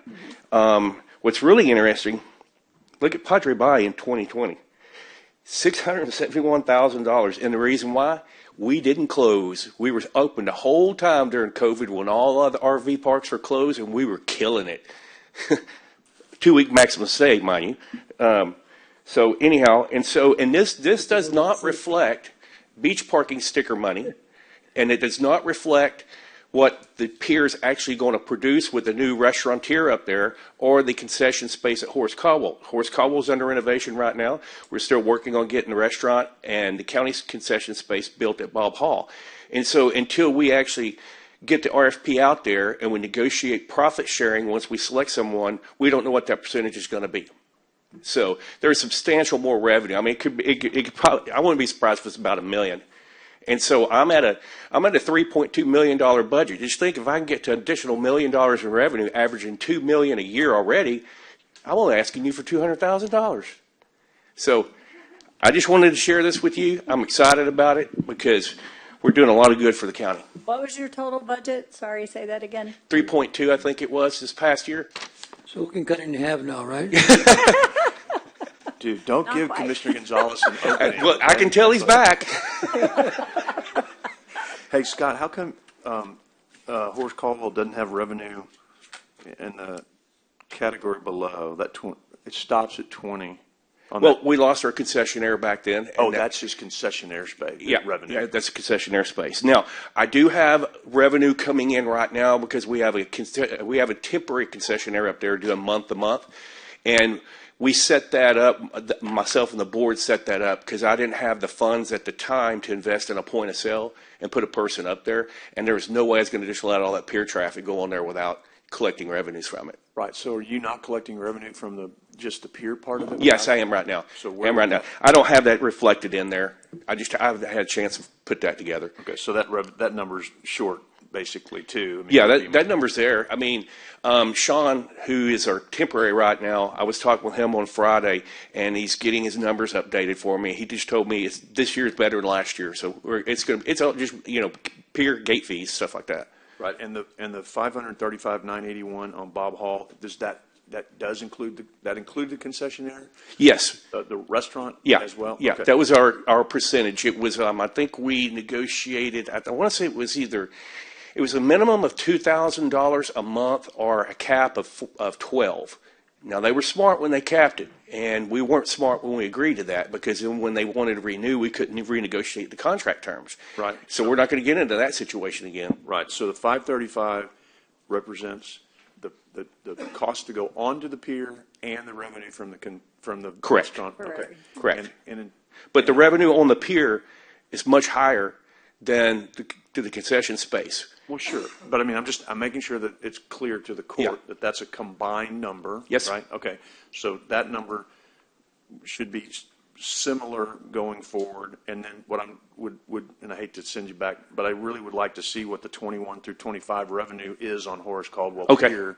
So if you could add that back too, so that we can, because we weren't getting no revenue on that pier. We were just getting no revenue from the concessionaire. In 2021, there was a time that you weren't getting anything because we were in the process of getting the plans and specs to renovate the space, and going through all that administrative process. When they were getting onto the pier, they were still paying to get onto the pier. Not for a little while, they weren't. Okay, so then part of 2021, there was nobody manning the gate there. And then what about 22, 23, 24, Yes, 25? we've had somebody there. So just whatever the numbers are, just put them back in. Okay. Please.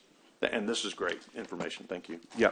So. Exactly what we asked for. Thank you. Thank you. And you can dive into the budget details in the back, or that might be something that Constance and Teresa like to do, but I don't mess with the details.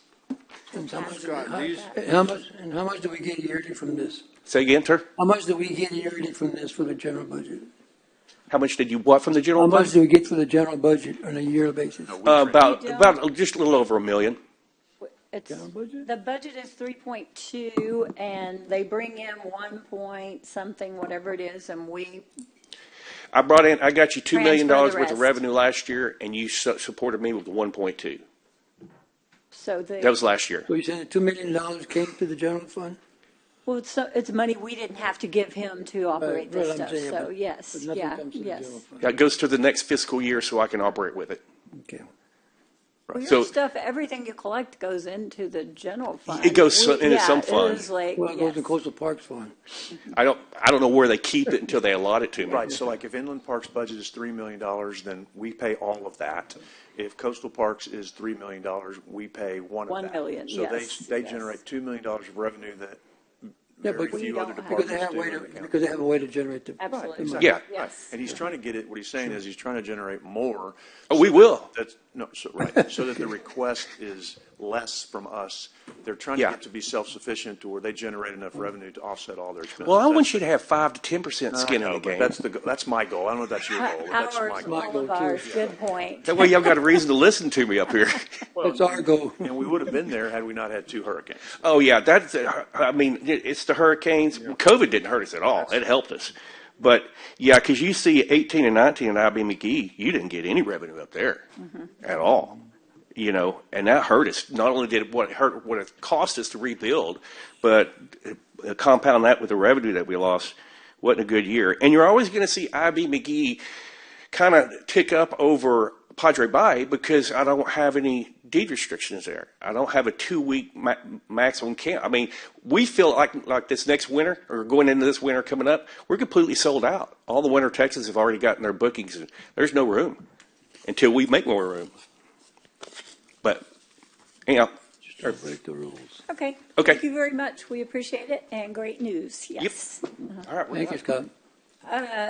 Sheriff, did you want to do anything? I know you've been sitting there, and I didn't ask you beforehand. I'm so sorry that I left you sitting there without asking that before, but thank you. I assumed you might just be observing.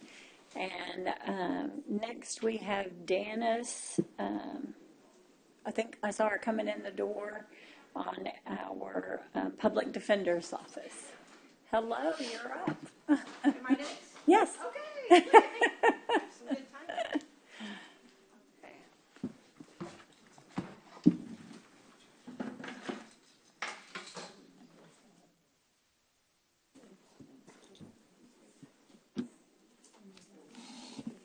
No. It was already. Thank you. Thank you, ma'am. It was already listed on market. Okay. Thank you.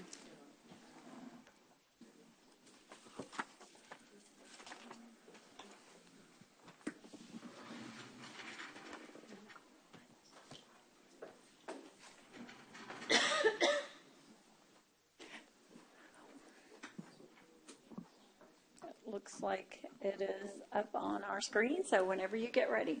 All right. Good morning.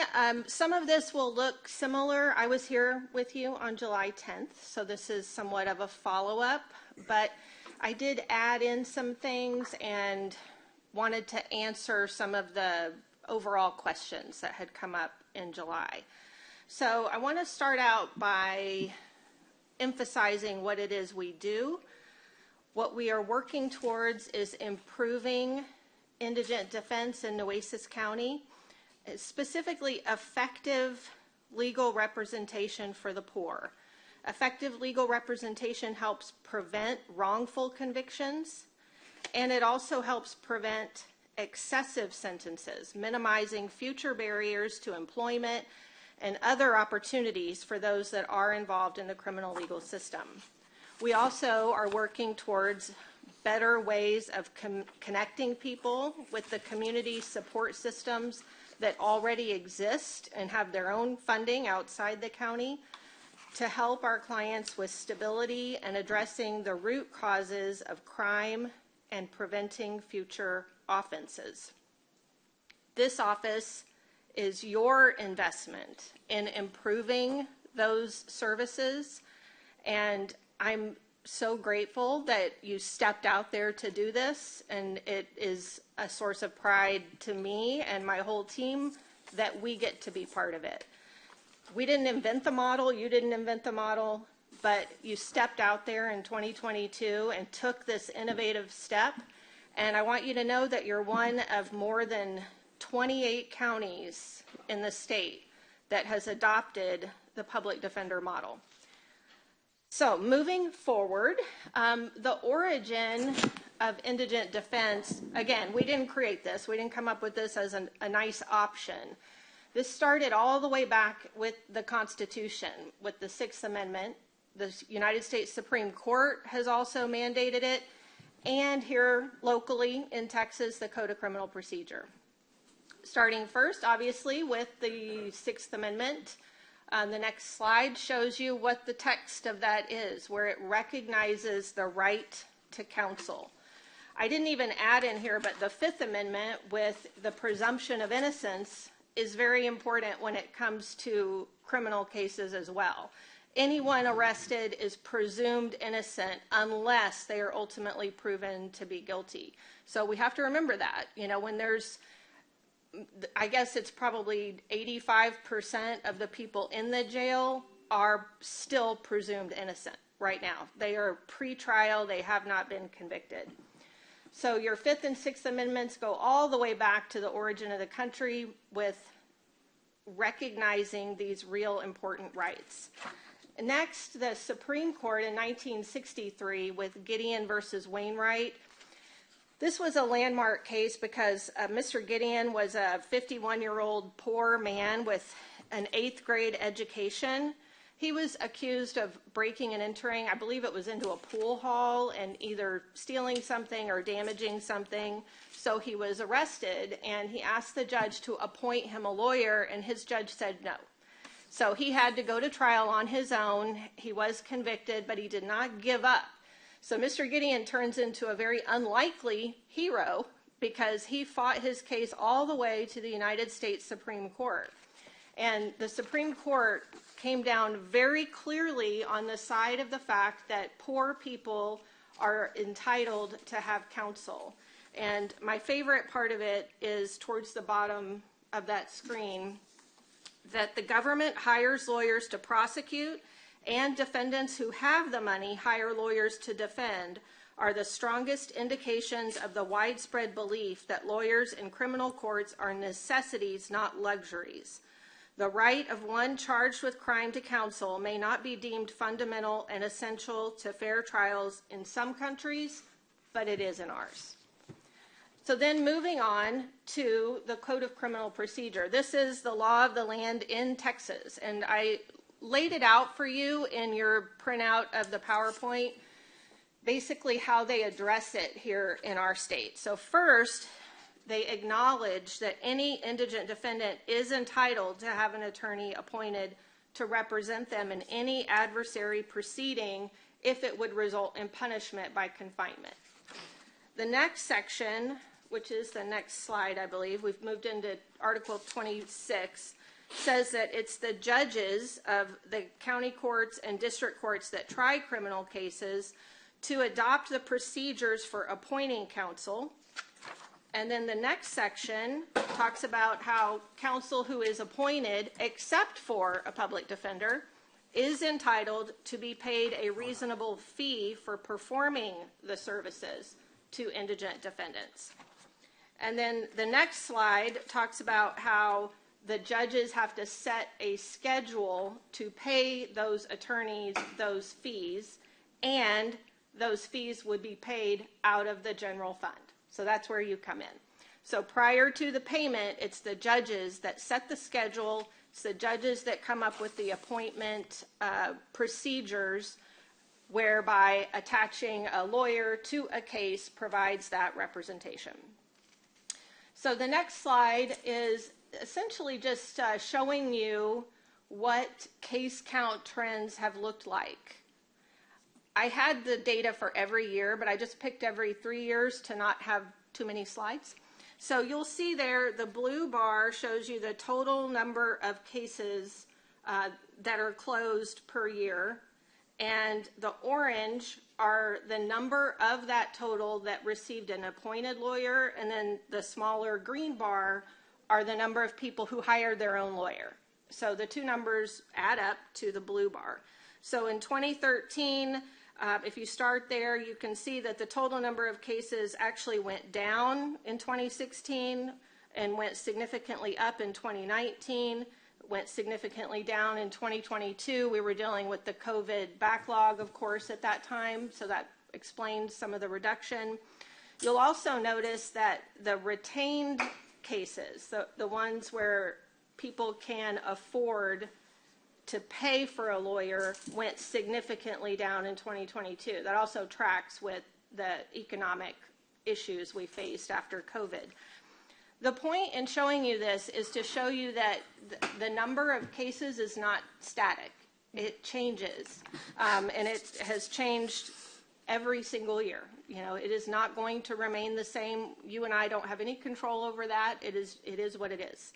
So from 2022 moving forward, we don't even know what the numbers in 2025 are going to be until the year closes out. So next slide shows you... But it indicates it's north of 50% every year. North of 50% of what? The appointed versus the retained? Is that what you're looking at? Yes, No, I would. Well, that plus the total number. It's gone up and down on here if you look at the blue bar. Yeah, but if you take your orange bar related to your blue bar, it's always either at or north of 50%. Oh, yes. Your indigent population is going to be the bigger section of the total number. Always. The indigent defense model. So recall that the law requires every poor person to receive a lawyer if they ask for one. But there are different models. And the traditional model that Nueces County used before our office was started is your private attorney. We use different words for it. So you've heard me say, you've heard other people say the wheel, the panel, all these sorts of things. This is the traditional model that you guys have used before us. This involves attorneys that are each self-employed. They're basically an island unto themselves. There is no county oversight or accountability of each one of those lawyers. They are their own boss.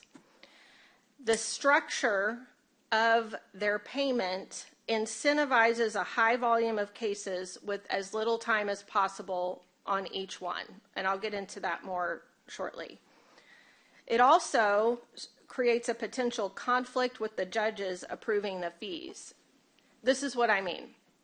When I was in private practice and on the court appointment list or the wheel or the panel, I would receive an appointment saying, hey, you represent Joe Smith. I would do the work on that case, and at the end of the case, that's when I'm asking to be paid. And I will show you the fee application that we have to use in private practice. You submit that fee application to your judge in that case. Your judges are motivated by different things than a criminal defense attorney. They have to move their docket. They have to, keep things moving. Criminal defense attorney, we're motivated by making sure we do the best work we can on each case. Sometimes that is not fast. So there are times when you are in front of a judge and the judge is pressuring you, we got to go, we got to go, we got to move, and you're thinking, I have to ask this person to pay me in a few months. So you can see where there can be an inherent conflict when you are working on a case, trying to fulfill your ethical obligations, and asking the person who wants you to hurry up to pay you for that work. Mm-hmm. Because of that, and the structure incentivizing the high volume of cases, that's where the public defender model came from. Because in the public defender model, over to the right, we are not asking the judges to pay us. We are paid the same regardless of how long a case takes. That's the whole salary benefit. We are also county employees and have a management hierarchy with accountability and an independent oversight board. So rather than being self-employed like I was before and managing my own caseload, taking myself to training, deciding how many cases I was going to take, all of that, now I actually supervise the other lawyers, and I answer not only to you, but also to the oversight board and to TIDC. There is a lot of accountability built in to this model. We also have a structure that includes support staff, an investigator, and social workers that help us do in-depth casework and help us on basically an economy of scale strategy to be more efficient with our casework. We also have training as part of our culture, basically. We have a training budget from TIDC, and we are working through that budget to try to become more proficient in the mental health laws. So those are the two models. Now, when you go to the next slide, there's a citation up there from the TIDC planning study that you all received 3 years ago that remind us all that research and experience have shown that public defender offices can improve indigent defense quality, your constitutional compliance, accountability, and your budget predictability. They can also improve efficiency and reduce costs for other parts of the criminal justice system, including jail and court operations. So that first segment, I think, is really the secret sauce here, the jail time and the costs. Being present in the building allows us to initiate the first contact with our clients in a very timely manner. We're required under law to do so by the end of business the day after we're appointed. We don't have issues doing that because we are right here and we have support staff. So even if all our lawyers are tied up in court, we can ask the investigator, the social workers, or office manager to go do a visit. I have a quick question, though. Yes, ma'am. While I think this is, I wish you could do all the cases. I wish we had a public defender's office that handled it. You're limited in your scope of the cases you can take, correct? We are, and the primary limitation is that there's only 9 of us that are lawyers. But I thought you can only take the mental health as well. No, Oh, you that's can not take true. all cases. Yes. Okay. Yes, the format of the grant was basically half of our caseload is supposed to be mental health. The other half are not mental health. Oh, yes. In reality, Yes. Yes. we don't really know when they come in whether there's a mental health issue. So sometimes some of them count in the wrong column. But I like the fact that you're here also and automatically can go to jail. You're more accountable to the people in here taking care of cases. You're not focused on private practice out That's of here. right. Yes. Go ahead, Yeah. Commissioner Chesney. And that brings up a good point, Judge. So what precludes, other than there are 9 of you, that if we said, okay, and, I'm going to get 20 calls from appointed lawyers. If we said, okay, this office is going to do all appointed cases and all the attorney's fees that we allocate to the judiciary are shifted to this office, which means you have to hire more people, et cetera. Bigger space. What all the above. precludes that from happening? Because, just one thing. okay, We may have a conflict of interest in a particular case. So if there is a crime where 2 people are accused, say, of robbing a bank, we can't represent both because their defenses might be antagonistic to one another. But that'd be few. That is, we call that a would be conflict panel. So there, that's it's not, yeah, I mean, it can be a smaller, 2% of those, 5, 10, 15? I would say probably bank on 5 to 10, but there are counties that, like in far west Texas, they have 5 counties that they cover because there aren't any local attorneys. So the public defender's office handles everything. And then if they have a conflict, the judges have to reach out to neighboring counties. And I say neighboring, they're like the size of Maryland. So okay, it's not So a then neighbor. you could say to, okay, let's say it's 10. So, and we allocate, I don't even know what the number is off the top of my head, but it's a lot for appointed attorneys' fees everywhere. If you take in McCoy and all those, CPS cases and all those, I don't know if those could be done. That'd be a different one. That'd be a different budget. But let's say the other 13 courts or however many we have, and you said we're going to take all but 10% of the attorney's fees and we're going to shift it all over. Because at some point, to keep this, we have to figure out how to keep it because we're going to have to pay for all of it because we got this nice grant. And then is that something that could happen? Meaning it can not only happen, but TIDC allows you to ask for more grant money to grow an existing office. You can ask for them to help with increasing your office size. So then, to me, and I'm one person, and this is not speaking for the court, but to me, you know my concern. You know, I've had conversations. I've been very honest about it. Is how does this? Because what's the budget for your office right now? 779,779. Which is going to grow. So let's just call it like it is. At the end of the day, you're going to get, because y'all are going to get COLAs if the judge's plan goes through. It's going to be a $2 million a year office before this grant is over that we have to pay all of for, right? Mm-hmm. So at some point, I would think the big picture plan should be we need to really go heavy with the grant, the grant requests, and B, you need to start having some conversations with your friendly judges upstairs because they got to buy into this too. And I'm not going to go. I don't mind getting the calls from the appointed attorneys, but I definitely don't want the calls from the judges because we work with them closely. But start looking maybe at that kind of long-term thing to say, okay, judges, this may require you signing off on a lot of your attorney's fees being shifted over to the public defender's office, except for that 10% that's conflict and probably McCoy's that are a little different. And I know the county attorney handles that, so they, on the prosecutorial side. So that might be different. So that just would be, the judge brings a great point up, and which prompted me to kind of think a little bit of, outside the box on this, while we have some time and don't have to suck all of this up at one time. Because I think what's the number this year? Another 300,000? 270. Yeah, almost 300,000. Well, does that factor in your 271, COLAs? but that doesn't factor in the COLA for them, Right. does it? So that's another 300,000 at least that we're going to have to eat this year. I can absorb the COLA.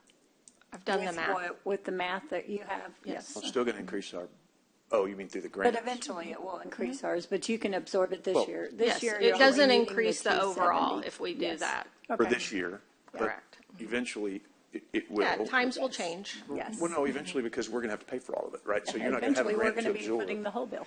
Right, so I'm just saying we've got to use the time we have on this grant to really be creative because it's really hard for this county to absorb a $2 million Sure. thing. And I get that the reason the grant's done the way it's done is because you get time to That's do right. it a little at a time, which is great. But let's buy some more time. Let's go to TIDC and talk about what can we do there. And let's talk to the judges and say, okay, because they're the ones who pitched this, right? They're the ones who came to us, Board of Judges, and said, we believe in this, right? Okay. Then if you do, then do we all believe in it enough to start shifting your attorney's fees over to the public defender's office to take care of some of this? So it just. No, I think it's a great point, just and you're an idea exactly that- right. because The judge said timing, it, so they built in the step-down grant to give To help the transition. county Yes. a chance to transition into it. And we adjust to the new way of doing things. And our efforts are to streamline things overall as well. With that new competency docket, we're actually starting tomorrow. We hope to limit some of the stays that people are having in the jail that are in. The sheriff a lot, yes, thank That's you. right, that's right. So that is the point of the time, so I But wait, agree. you said something. Hold on. Yes, sir. We're eliminating the time in the jails, but here recently, that hadn't been the case. That's right. Sheriff runs a great jail, but he can't control when they get dismissed, and those numbers have gone up. That's right. I watch that every day. He's kind enough to get his office to send us every day the jail totals. numbers. And I actually look at those every day, and they were in the low 80s, and now they're in the high 90s. And that's not the temperature, that's the jail thing, right? Yeah. So, something's not working, and I'm not saying that's you, but something's not working well with those cases moving, because all of a sudden that spiked over the last, couple of months, Sheriff, right? That it's gone from low 80s to high 90s. That's something, so something's not working, and I don't know what that is, but. Well, if you also look at and I haven't looked at it in about a month, but when I first got here, I started tracking our use of outside attorneys, and that has also crept back up. Okay, I haven't looked at that, so Yeah. that's So, interesting. that's, What about the Senate bill that's going to help create a bigger mess? That is going to keep people in our jails that you won't be able to, yes. That will complicate things for sure. Yes. So first, to the jail numbers, I mean, I think we could all probably brainstorm why that's happening. One of the reasons is it's summer and it's hot, and that makes people grumpy, and they do things. We obviously don't represent everyone in the jail. Our singular focus every day is to make sure one of our clients is not there that doesn't need to be there. And of our complete total pending caseload, less than 10% of our clients are over there right now. So most of the people in the jail, I have no control over. If we increased our capacity, then yes, we would be able to address some of those, but I can't address the ones that we don't represent.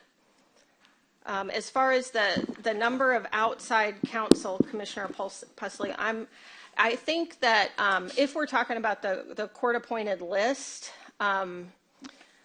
you know, I told you about the two different models. When I was in private practice, and this is the way it's still done, if you want to do court-appointed work, you go to Emily Waldrop's office and fill out an application and say, I want to do criminal indigent defense. And you are approved by the Board of Judges depending upon your qualifications, and the lawyer has the option of which list to be on. What I mean by that is if a person is charged with a first-degree felony, that's as high as they get, you don't have to take first degrees, even if you are qualified. So I asked Emily, I think it was last week, and I think she said there's about 25 lawyers on the first degree list. That's not very many. That means that person is getting a new case every 25 arrests for first degree crimes. And then there's a second list for second degrees, and so on and so forth, all the way down to the misdemeanors. The misdemeanor list is the biggest. There are 40-something on that list. There's some overlap. There are some people that are on every list. But those lawyers have the option of going on or off the list. It's not a decision that the judges make. They can't make people be on the list. No, I realize that, but I'm not looking at that at all. Look at the What fees. I'm talking about is the pure use of those. Dollars. Dollar-wise. That's what I'm looking at. And Okay. so, you know, and the magic answer for me is, I'm sorry, Brent, were you done? Go for it, man. The magic answer for me is the most expensive thing we do in this county is jail population. That's right. And what do we do to get that down? So is the Public Defender's Office going to help us do that? And as Commissioner Chesney was alluding to, okay, if that's what we want to do, then we'll just switch all of the money we put out and and we'll send all the defense lawyers to his office. The complaint department? But we'll just say, we're going to do Public Defender's Office in this county, and that's it. But at the end of the day, does that help us reduce our jail population? Well, I can tell you from our caseload, yes. Like I just said, the ones that we are representing, we minimize their jail time. Okay. But we can't represent everyone because we're only 9 lawyers. And, you know, representing someone takes a lot of work, and it involves direct representation of the human being. We have to establish a relationship. So we can't handle all 1,100 people in the jail with 9 of us.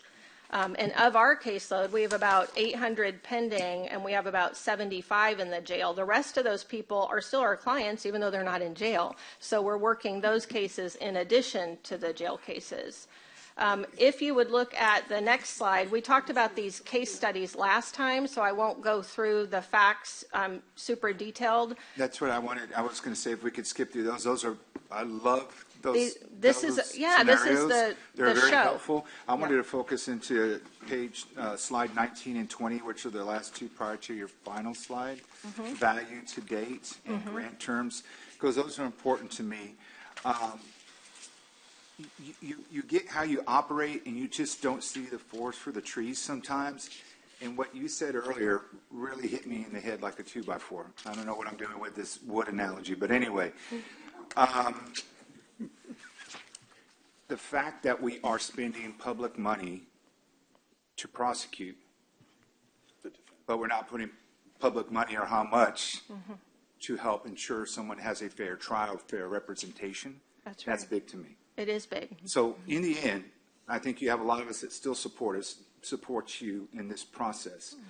I'm going to heavily stress that you have one of your biggest supporters in me, within this next year, you're going to really have to work hard with our grants department, our grants team, to make sure that we try to recoup additional grants to help us subsidize some of this, and to really work with those judges, as Commissioner Chesney mentioned, that you have buy-in, and that we do really show the data that you're talking about on slide 19 and into slide 20, because that's how you justify it.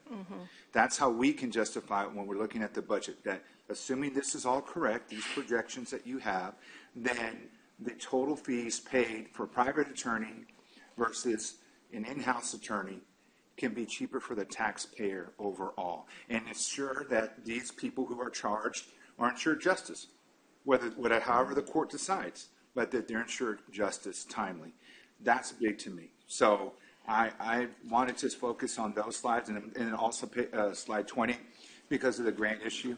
So that's just where I'm coming from. Like I said, I believe in this program. I get it, times are really getting tough, but it's going to be on. It took you almost a full year to kind of get before us, because we know that last year the process was already moving along, and you tried to jump on the train and you couldn't get on.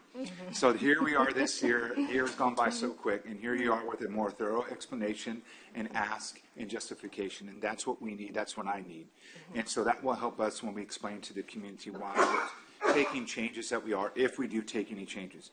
So I want to make sure that we have that funding in place. So you're going to have to work with grants. You're going to have to work with that buy-in from all the people involved in the judicial system. And it's not just public defenders. We can't ask to put on you. I do like the multifaceted approach with social workers being included, because it does take people that have to work on those levels. It's not just throw them in and lock them up, because they're going to be back again. They're going to be back in the sheriff's oversight within a few days, weeks, or months. So hitting that root problem, right, and trying to resolve those are some of how you're working to develop that and improve the situation. So I'm all about making this happen. I'm all about preserving and protecting this, because it like I said, I never thought of it that way. All the cases I worked as a caseworker and as an investigator with CPS all my years, going for some great judges and some not so great CPS judges. Just kidding. Brent was never the judge when I was there. I'm sorry, I wasn't listening as usual to you, John. I know. He was great. No, but nevertheless, you don't see it that way. You don't see it as you're putting money to ensure the community is safe by charging people with the crime that they should, but you're never countering it and giving them a fair chance. Despite the constitutional requirement. People that are put in that don't have the means, don't have maybe sometimes the mental capacity, the social network to support them, that is key. So you have me bought in there. I hope that you get to work to make sure that, one, I'm going to support a budget that gives you what you need for this year, but that like immediately start working for next year's budget and getting some grant opportunities and justifying these numbers. Because if we have to come next year, we don't have any grant funding, but we're just showing, look, we can actually find a savings and everyone's bought in, that's the only way it's going to succeed. So help me help you for next year. Thank you. Thank you. That's great. If we could go back to 15, one of the things I told you the stories last time about Lenny and Charlie, who are the folks that kind of got forgotten in the jail. And I didn't attack. And I think you've given this presentation some, I remember that. So if you would like to maybe just open it up for questions or something, because I think there's a general consensus that we really appreciate what you're doing, and we appreciate you getting back to work doing your job as soon as possible as well. So we all have the slides in front of us. You help us here. Does anyone have anything they need more questions on or concern? I know you pointed out issues yourself, Commissioner Matas. Does anyone else have something that they would like to have more detail on? I mean, 15 just gives you, I didn't tell you this last time, I didn't attach a cost to it. You go ahead and do so that. I would like y'all to look at that on your own time, but it shows you, because of all the time, for example, that Charlie spent in the jail, and I just used the $56 a day rate, which is on the low end over there. that cost you $76,000, him sitting in the jail. His lawyer was paid $2,400. So the total cost of that time was $78,700, even though the attorney fee. So the point is, it's not just the attorney's fees That you're looking at. Yeah, the as cost of you have all associated. pointed out, Yes, the jail yes. is a critical point in all of this. And then, of course, once we got involved with Charlie, there's no attorney's fees because we're in the grant, but we also limited his jail time so that was only $4,000. And he's the one who's now living in a nursing facility where he belongs because he has a degenerative brain disorder. And then I did. Hold on. Sure. Okay. Sure. You're going to keep talking me out of this. Okay, so you can't put in there that there's no attorney's fees. That's not a fair analysis. There are attorney's fees because we're paying those fees. So you have to, when you're doing these case studies and these analysis, you can't say there's no attorney's fees because there are. We pay your salaries, we pay your overhead, the grant. Well, this was last year, so. Well, right, but I'm just saying you can't say there's still attorney's fees because you're representing him. There's still fees associated with everything. There's nothing that's free in this because the grant's paying for it. So if you're going to put this case study in, then you have to be Compare apples to fair, apples. and Yes. to say there's zero attorney's fees is not a fair presentation. So you should have skipped this slide for me because I was going the right direction, but I mean, I but tried when to you're- get you out of it. Yeah, the judge did try, but I mean, you have to put in what the costs are. So whether it's, the 438 per case or whatever your average is, you got to put that in too. Yeah, and I think that would show you what a great value you've received these past 3 years, because we've closed, I think, over 3,000 cases, and the county hasn't paid for that at all. TIDC has paid, but you've received 3,000 closed cases that you would have otherwise paid another attorney to do. But again, eventually we have to pay Eventually, for it. it will be on us, so it will be the county paying, so what Right, I'm and just it's- trying to say is correct, but I do believe this is exactly what we said, a good opportunity for us to control costs That's right. instead of having exponentially more costs. More predictable, Yes, because yes. as you know, the case numbers are not predictable. We don't know what's going to happen. But if, for example, we handled all of them, and, they go up 500 cases next year, you would still have the same office with the same budget handling those cases. I did add, But the problem with that is our jail's going to be running, out the door. And I want to reiterate this again. I think it's a great program, and I support what you're trying to do. But for me, the bottom line is, how do we get people out of that jail? How can we do that the most efficiently and fastest way possible without endangering the lives of our people in our community? And how do we do it by not increasing our cost? Because if the attorney's fees, as Commissioner Pusley has represented, has ticked back up, and we're still paying for you and your office, then we're doubling. So the whole pitch by the judges back when, not you, by the judges, was this is going to save the county money over time and make it more efficient. And if all it does is drive our costs up and the jails are full, then at the end of the day, that's not where We're not solving should be, anything. because we're just Yeah. spending more because we do spend money to defend, maybe because we're paying for all these indigent, whether it's through your office and a grant, which is taxpayer money, or it's through the judges and we're paying for it through county money. So if at the end of the period of analysis, wherever we decide to put the hard line in, if at the end of that analysis, we're clearing the same amount of cases, but we're paying more for them, and the jails are full, I don't know where that gets us. And well, so like again, I said, I've thrown out some ideas for you Sure, to be able to yeah. go work on, and you don't have to. It's not. I mean, you don't. But I'm just saying, if we can look at some things to shift it, because as Commissioner Pusley says, it's a great program, and I don't think anybody up here disagrees with that. It's just we've got to figure out how to make it the most efficient cost-wise and as well for the people that we're representing. And that's a hard balance that we have to do every day up here. So Absolutely. I was going to say, it comes down to making sure we have an efficiently managed department, and you starting from scratch, it's all the burdens put on you, right? But I suggest looking at best practice. If we're 28th coming in, and that seems to always be our number, it's indicative, unfortunately, of Nueces County. When I talk about budget struggles, we're always at number 28 when it comes to funding our law enforcement and other issues. So the fact that we're the 28th in the state to come in with the public defender's office is a little concerning. And it's not a criticism, it's just the fact that we tend to do things a little bit slower. And so I'm thankful over the last 2 to 3 years that this court and prior court took the initiative to make this happen.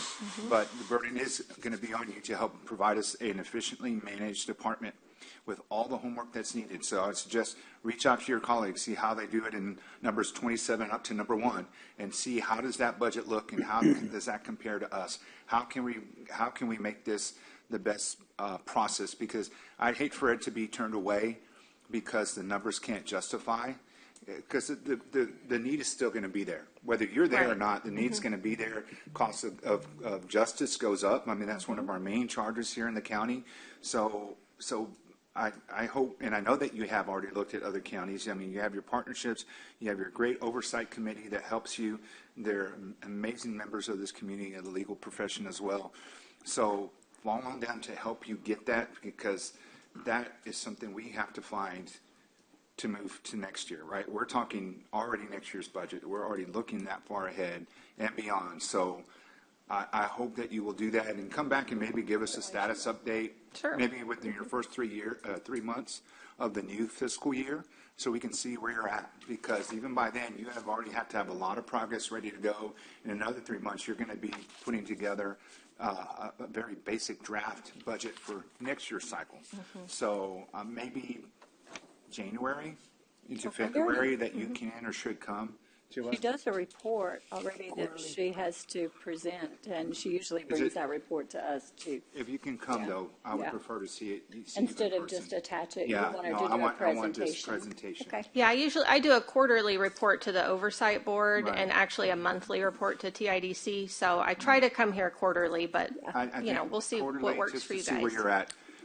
You don't need oversight from us as well, but like I said, if we're going to buy in, we got to hear you early enough and not just when you're here, right? We know that you're busy, but I want to make sure that you're going in the direction I want, because that's the only way I can help support you. So, Sure. Yeah, thank you. Constance wants to make a comment too. Sorry. Yes, thank you. So Dennis made this presentation to Teresa and myself earlier, and one thing I took away from it was that the Public Defender's Office provides additional value to the defendants. They develop a relationship with the defendants, and they try to help them so they don't do the offenses again. Whereas to me, it seems like the other attorneys, they just, check the box, they're done, and they move on, and the people may end up in the system again. So that's one thing that I took, was that, they're trying to help the people better themselves so they don't end up in jail again. Get them the required help. That's why they have the Thank social you. workers. That's right. That makes a difference. The attorneys don't have social workers, so they just get rid of them. Yes. So the revolving door, of course, they're going to come back maybe probably 8 out of 10, whatever. But I think by doing the social work at the end of it helps a lot in keeping them out. Absolutely. The So holistic approach. thank you for that. Yes. Thank you very much, Dennis. Are you currently fully staffed? My last lawyer will start next Monday. So then I will be, yes. Okay. And just to let you all know as well, she, as a public defender and really as a grant, she comes to all of our department head meetings and really shares this information. She is in with the sheriff's office that information when we get to notice that the jail or the females are up or something, they turn around and tell her, she goes, yes, we're going to go back to the office. I'll tell everybody we need to work on it. So she has been instrumental in keeping in touch with everybody and seeing how what I've said from day one coming in here, that while we don't answer, she doesn't really answer to us other than the department in the county courthouse or the commissioner's court. Everybody affects another department. Everybody affects somebody else. So when we're communicating and working together to the end result, things happen so much better and we get better results. So I want to applaud you for that, and you have done that from day one when you got here. So we really appreciate your support and participation. So thank you. Well, and that's the benefit of this model, because you do have me to talk to, and I'm engaged with what's going on in the county, whereas the private lawyers they don't have a buy-in for that part. Yes. They're committed to their clients, but not necessarily how that works with the rest of the system or the jail population. You know, they're not concerned with that impact. Thank you. Thanks again. Yes. Daryl, you're up next. Are you wanting to present? Did you get clarification, or are you wanting to still wait? I see you in here, so I'm assuming you're wanting to talk. It can go either way. So I Could go either way. I did touch. How much do you If it want? can go either way, I'd much sit do you down want? if I were you. How much do you want? I've got Did some handouts you here. talk to your yeah, staff I mean, and the county attorney's office? I spoke with Francisco this morning. He took all the notes he needed to take, but if I could, I'll go ahead and hand this out. I believe Okay. at the very least get the information out to everybody. Let me grab there's 2 sets, so don't run off yet, Teresa. Take the rest of these, and let me keep one here. So there you go.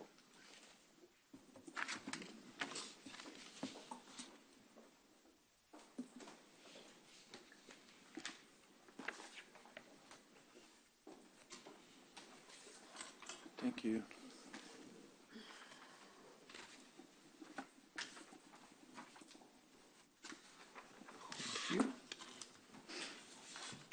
Thank you.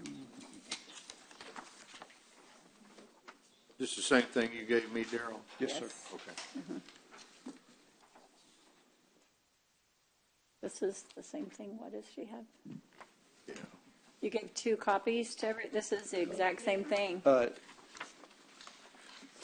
I had this in my office too, so you can take this one. No, actually, those are 2 separate things. One, Oh. we only discussed the reclassification. Okay. The other one is actually a request for an additional position that wouldn't be until, for sure, the next budget cycle. Okay. So just for consideration, because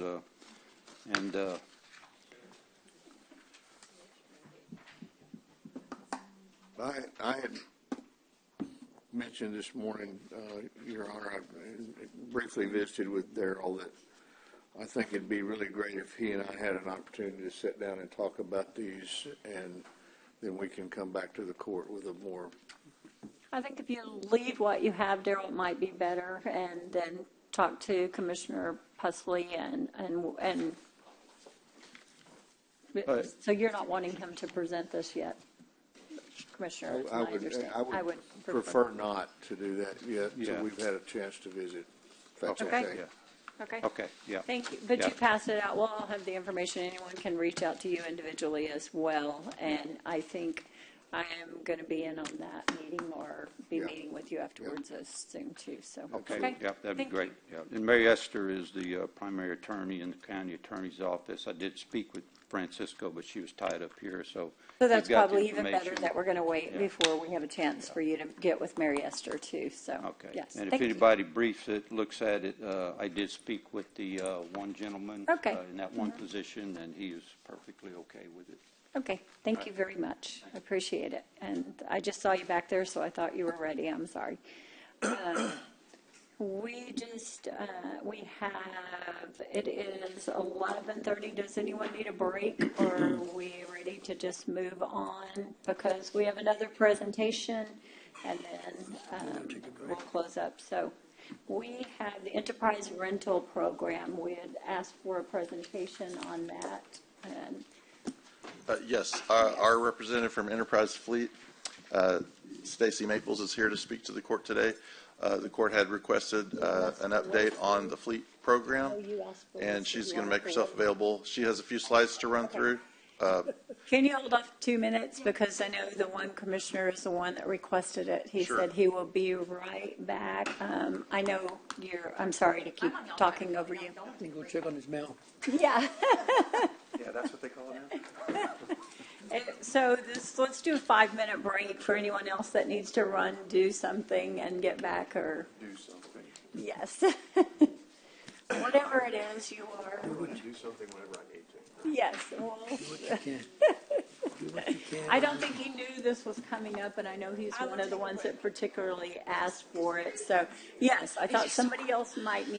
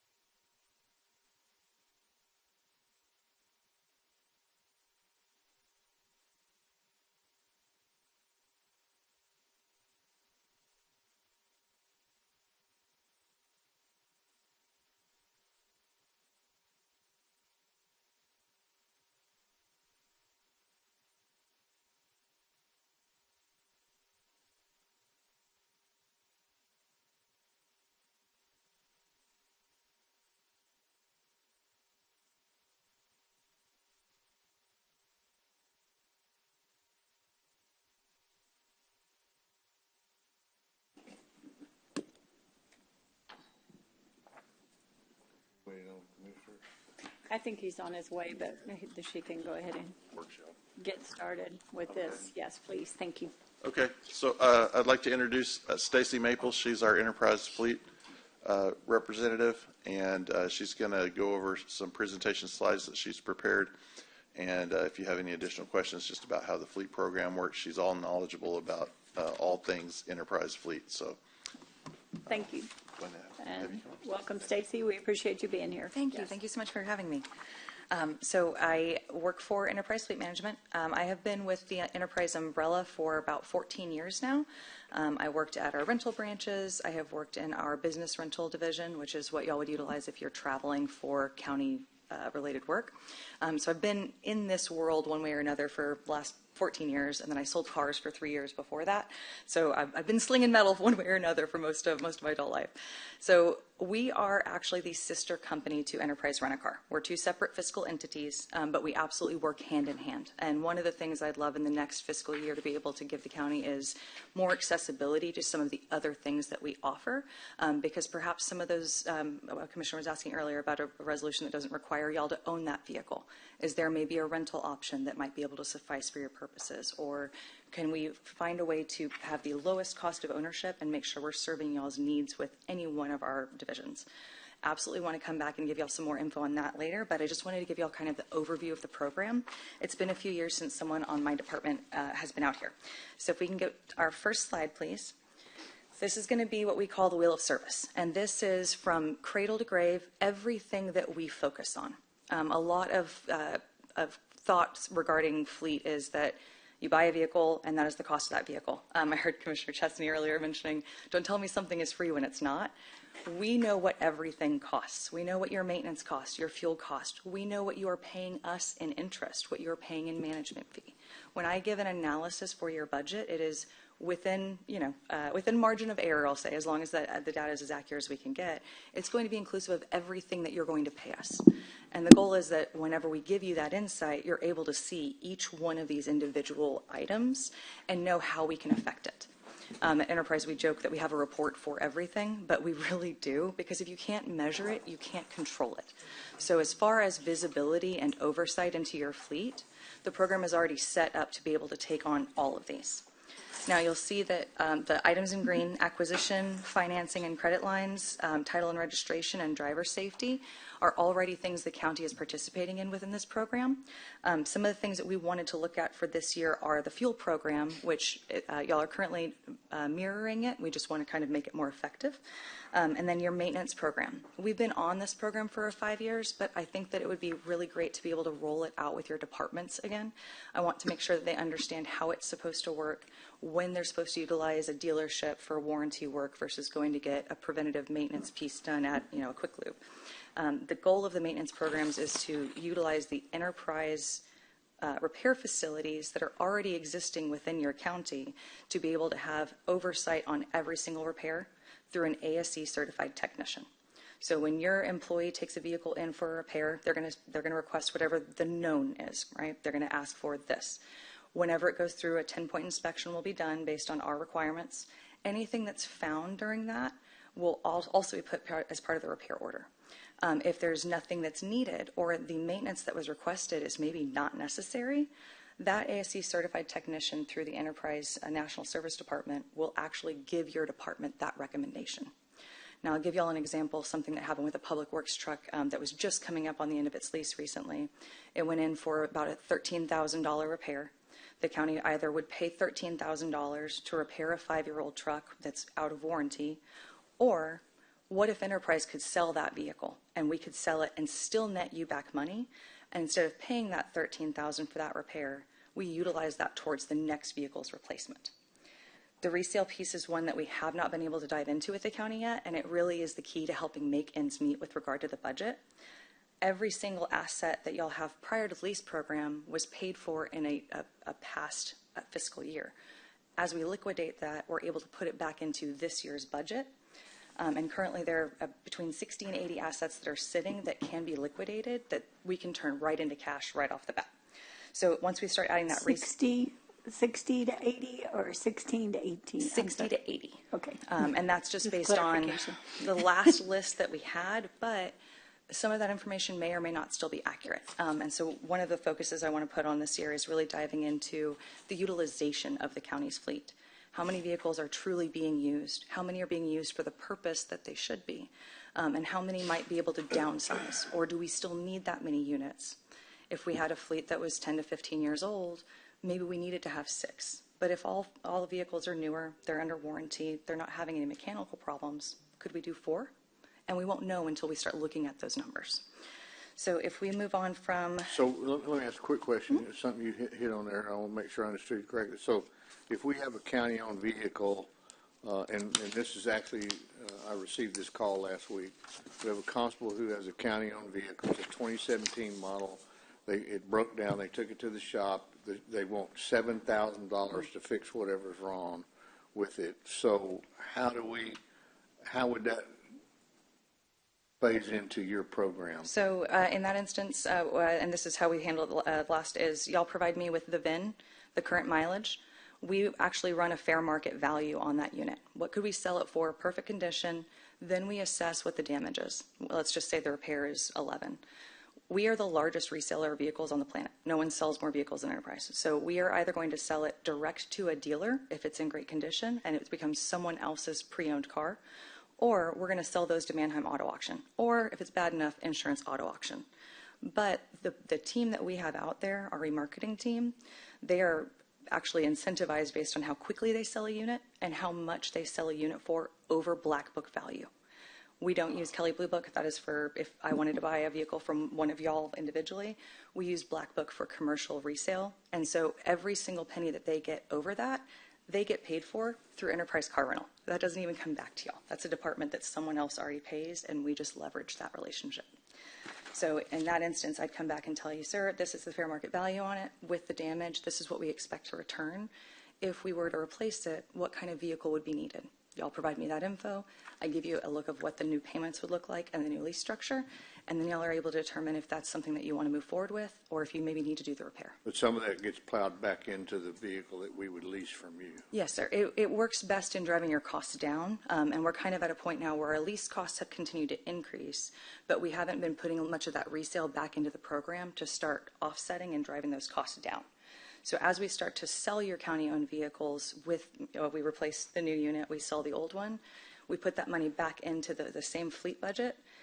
As we're putting money back into your fleet budget, you aren't having to invest as much in it every fiscal year. We're starting to use it as an internal replacement fund where I just sell the things that you've already paid for and then amortize that out over your new vehicle. Okay, thank you. If we can get the next slide, please.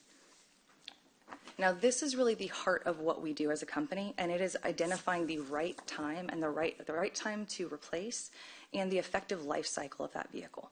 So every vehicle that y'all utilize is going to have a different purpose. Coastal Parks is not going to operate the same as Constable 5.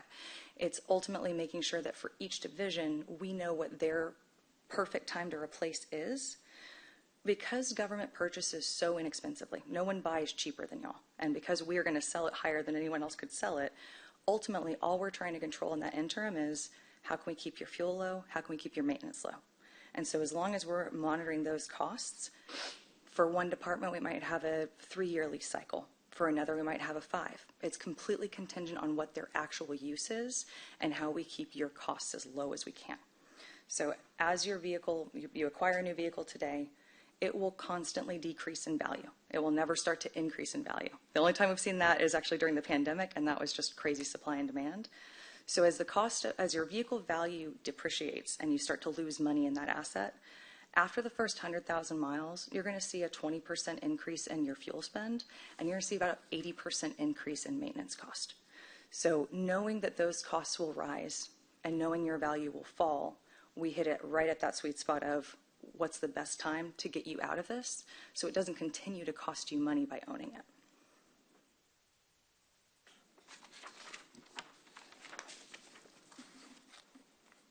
And can we get the next slide, please?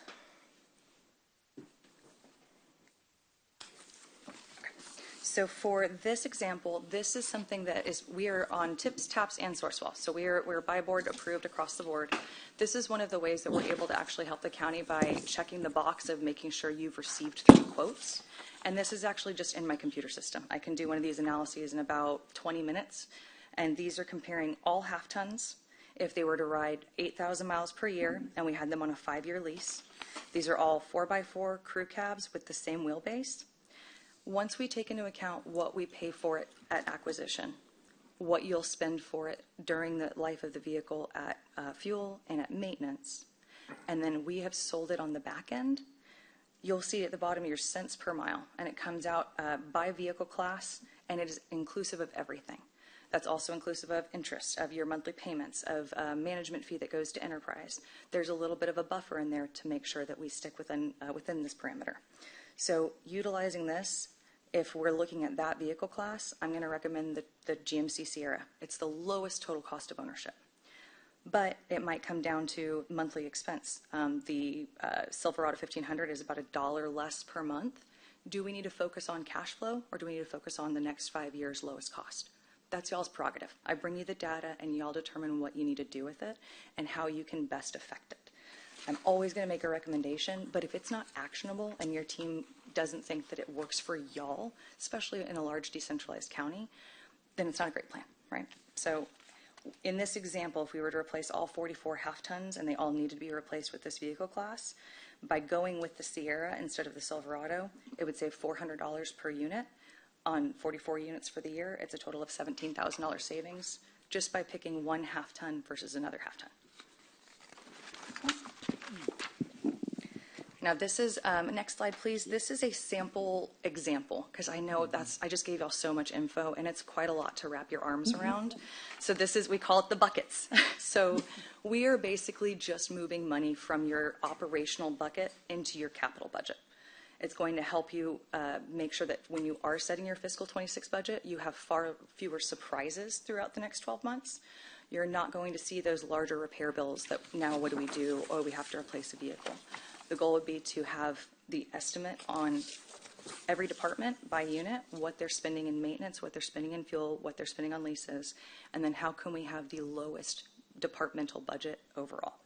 So by shifting some of those maintenance and operating expenses into your capital leases, those vehicles are now under warranty, they're under a maintenance plan, your maintenance costs should drive drastically down, which helps with your ability to budget. If we can do the next slide.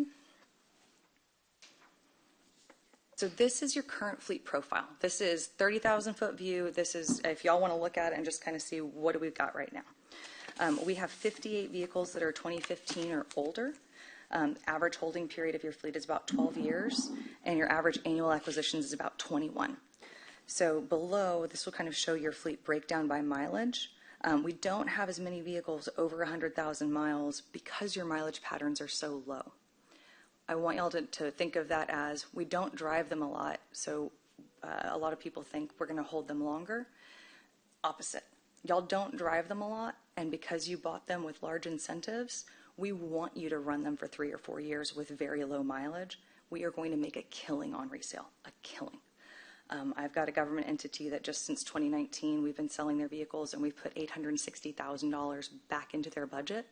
They didn't have to add any funds, and they didn't have to request additional because it was all there in prior fiscal year's payments. And so one of the things that we're looking at is what vehicles can we sell this year that maybe we call it right sizing the fleet, that can help contribute to driving your overall fleet costs down. Now, as we get better info, this data is always updated. And again, this is part of the presentations that we'll bring you guys to make sure that you have quantifiable data to be able to show how the program's going.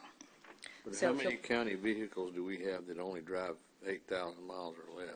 So I've got an answer for that if we can wait 1 or 2 slides, because I've got actually kind of an overview on things that we can tidy up.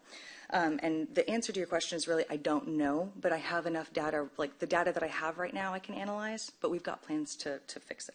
Okay. So on the program progress, this is basically comparing, next slide please, December 2020 when the partnership began, what the information was that we had then.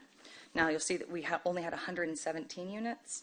This was prior to my working in this division, so I'm not certain if maybe we went on with just a few departments instead of all of them. But this was the estimated fleet value on those 117 units was $268,000. There were 20 different vehicle classes, meaning 1/2 ton long bed, 1/2 ton short bed, crew cabs, all over the place, just different kind of vehicles.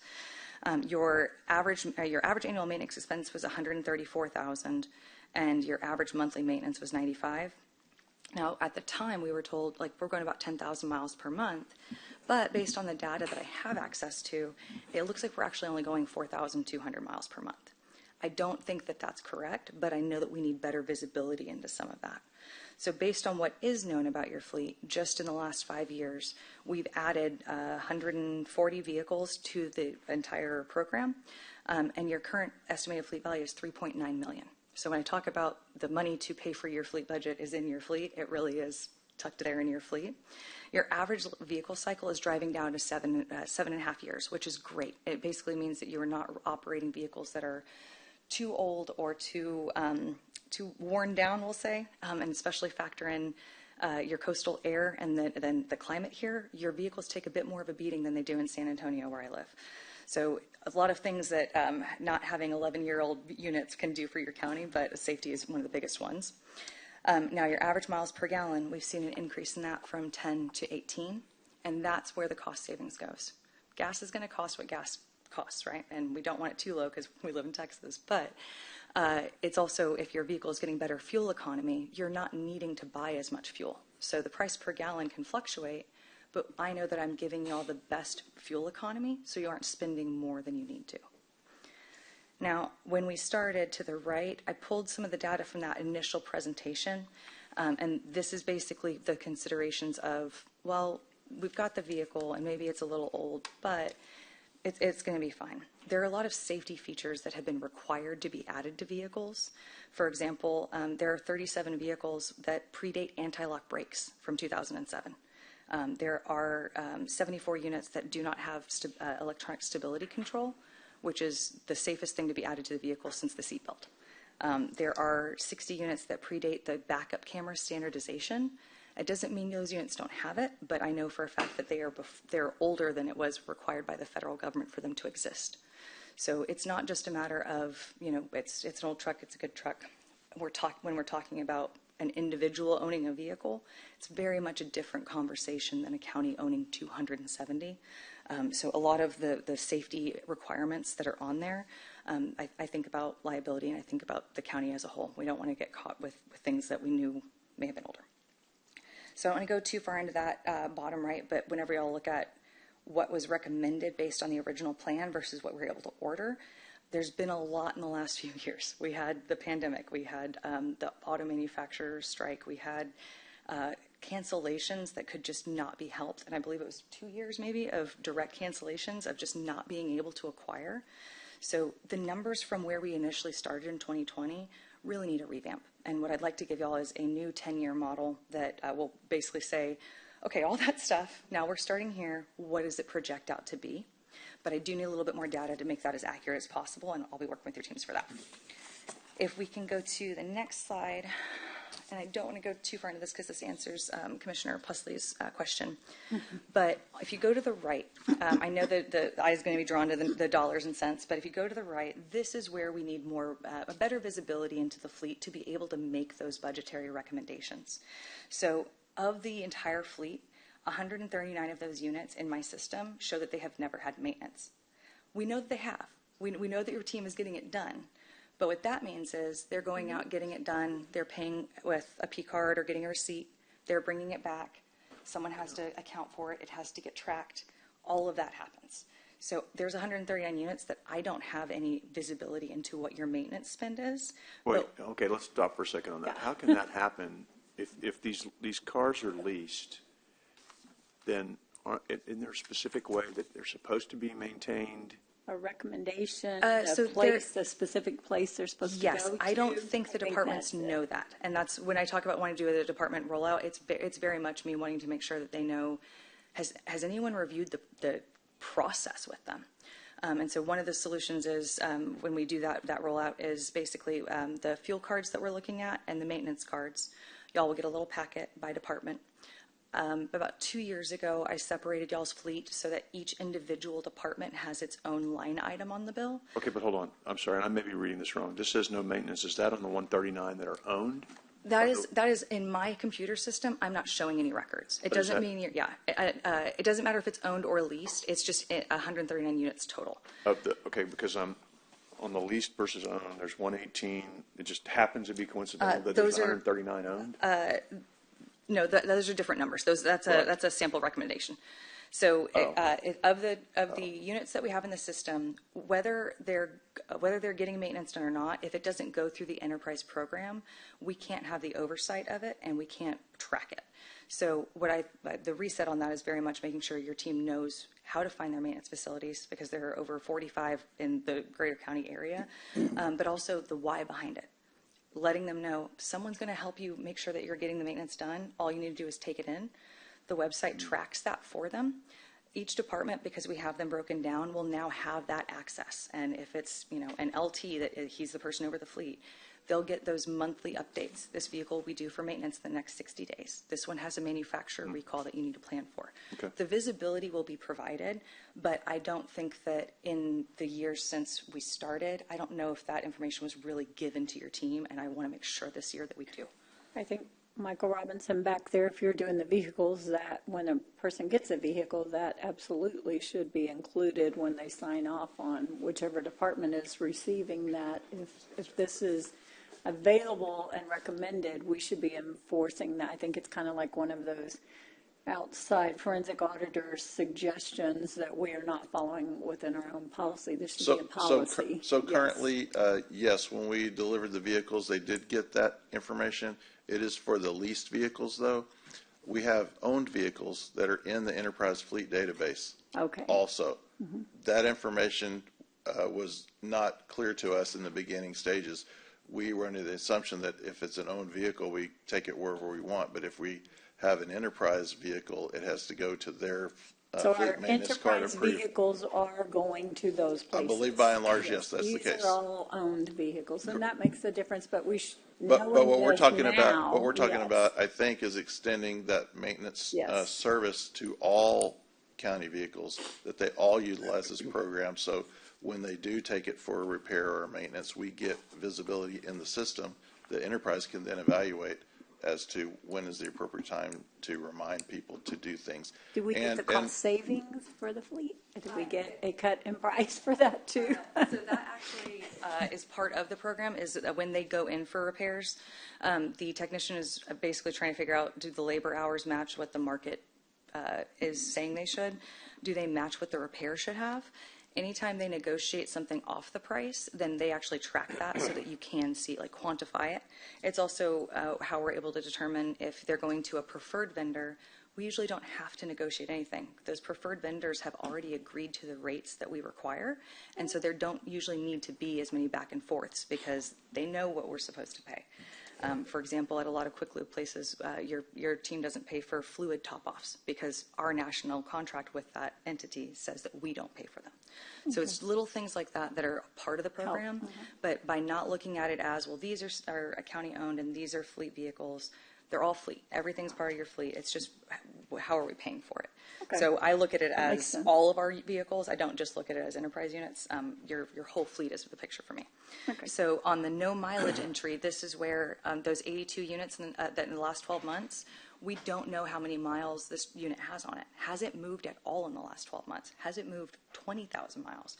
Unknown. All of those things are determining factors in whether or not we look at that vehicle for this year. Early term opportunities, these are leases that are expiring that if we turn them over now, we could make a good chunk of money on just based on the resale. And then the total recommended replacements, this is assuming if this data that I had was accurate, I would be recommending 84 replacements. It came out to 83 because I right-sized one. But now if you go to the left, this is where we're looking at. Current is you have 118 leased units, 139 owned. You have a $500,000 acquisition budget. Your current lease payments are about $1 million, and then your maintenance cost, from what I have access to, again, this is excluding those 139, but your maintenance cost is about 108. Your total budget on that model is 1.6 for the year. If we are looking at the data, and I'm assuming that it's all correct, and I just kind of went in and said, what if I replaced X with X? An example of what I bring to y'all is we're now going to have 147 leased vehicles, 83 owned. I'm going to use about $900,000 from the sale of those owned vehicles before we've ever touched your acquisition budget. Just from the proceeds, your lease payments are going to jump to 1.2. Your maintenance cost is going to be about 168. Your total budget after I've applied that is still $300,000 cheaper than if we had not applied those proceeds. Then we add your $500,000 acquisition budget. So if we're able to use the equity, just in this example, from current to what I proposed here, it's showing a $228,000 savings before we even use our acquisition money. And once I have correct data and better information, this is the kind of recommendation we bring to your auditor's office every year and say, hey, for budget, what are the numbers we need to hit? What are the things we're trying to make sure that we're managing? How did we do last year? Our next step from here will turn. Next slide, please. So the good news is we've got a plan for how we're going to capture this data, how we're going to get the information to be able to bring you all that strong record. Oh, yes, sir. I have a question.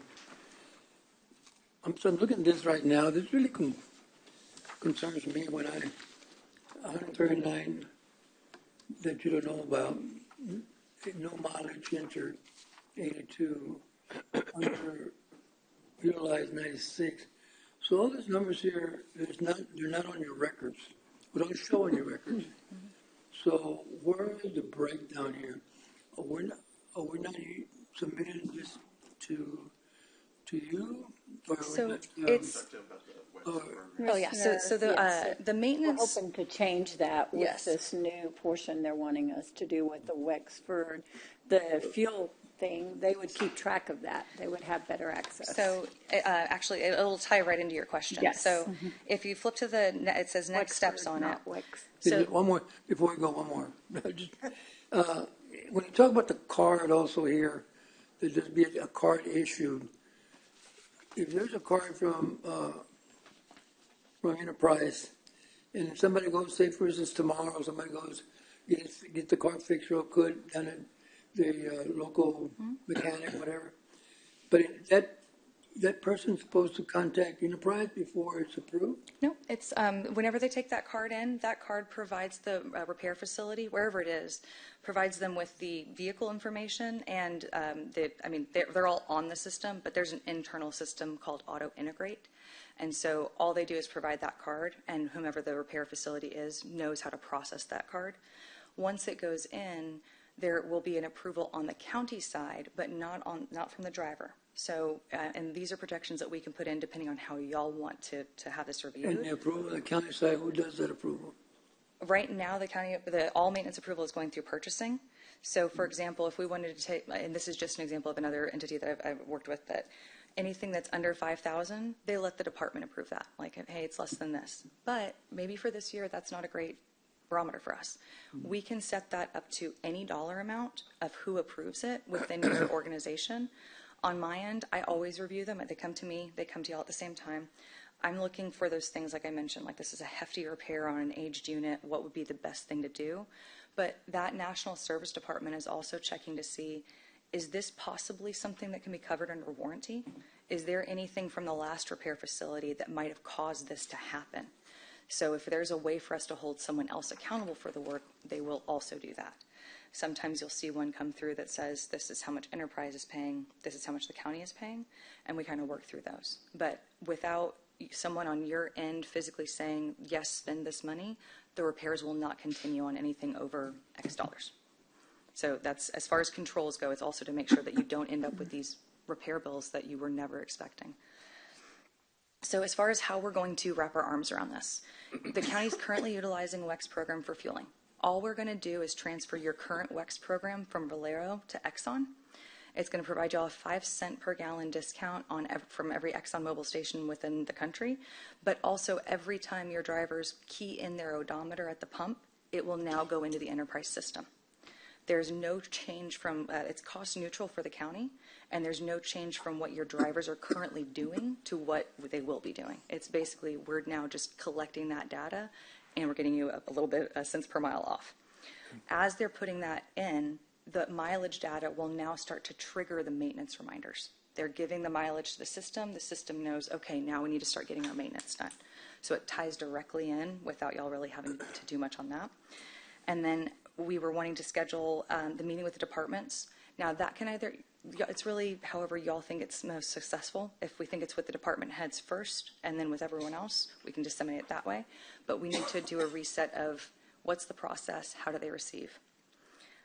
When we do switch the WEX cards over, the goal would be to also provide the new WEX card with the maintenance card for each unit at that meeting so that it's disseminated at the same time.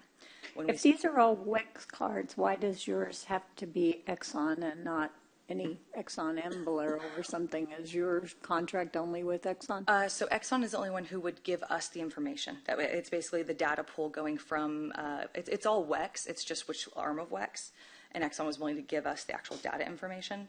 I'm just wondering, we have both of these here in town, why we would be directing anyone to one or the other or something. If it's a WEX card, they can't give the data from a Valero?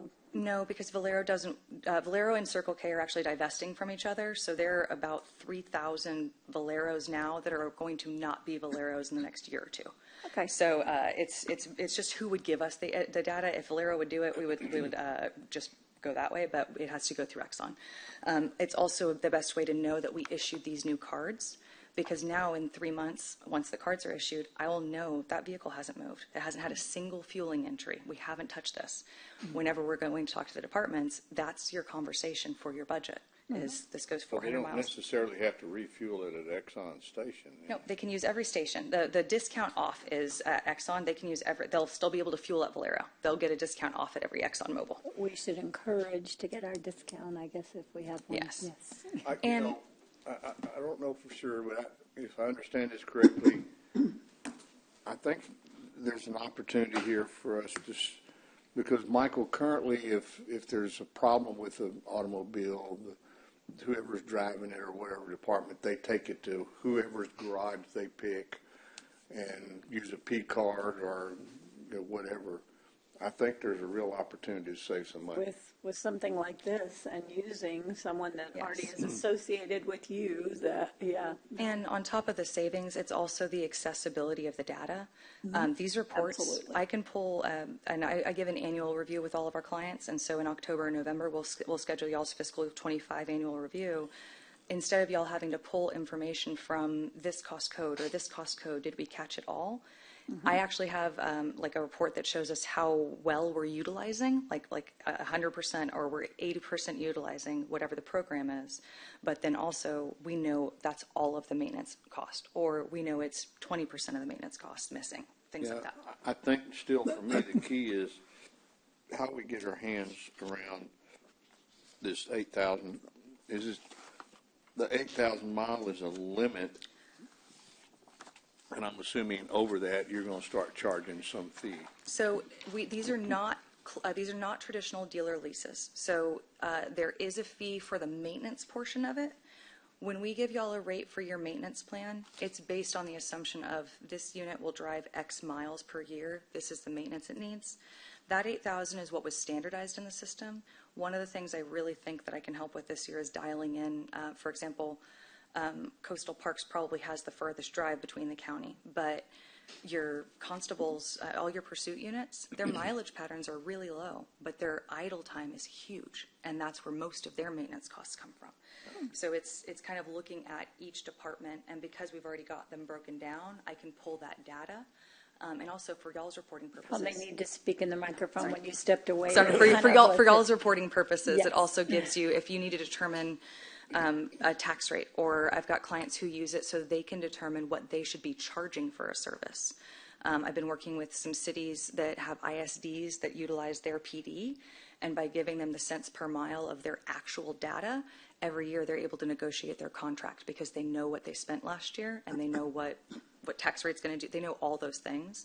So it's more me being able to give the county that visibility of, again, if you're looking at your total fiscal year 26 budget, fleet is leases, maintenance, depreciation on those units, your fuel cost, and then any whoopsie daisies or things like that. So it's that whole picture for your entire year budget. Now, if we're able to liquidate those surplus units, all of these units have already been labeled by the department they originated from. So as those units would be sold off, Basically, we would have a ledger of what unit did it come from, how much was the total proceeds. We have all the screenshots of the sales for y'all's records. And then we can use that as a seed fund to start the lease payments, or we can use that as miscellaneous. It's really your money to do whatever you want to with. But we would actually have a known dollar amount of, here's what we can inject back into the fleet this year. What's the best way to save us the most money? And y'all kind of point me in the right direction. And once I've shown you where your dollars can go, you determine where you want them to go. As far as the fiscal year 26 replacement orders, there's already a proposal. I believe on Wednesday that you're going to have the WEX approval for the transfer, and then the approval for Enterprise to sell county-owned vehicles, and then the proposal that was put in for budget for this year. After we get all of these things implemented, I'd like to have a 3-month meeting and then a 6-month meeting to be able to give you all the current data from now that we've got our arms wrapped around it. Here's where we're starting, and then 6 months in, here's where we're at. Around January, February next year, that's when I start budget planning with my government entities. And so you'll have all the info you need from me well before you get into any of the other departments, so that y'all can use this as a miscellaneous. If you need to kind of move some numbers around, you know what the plan would get you and you know what it would cost you. Perfect.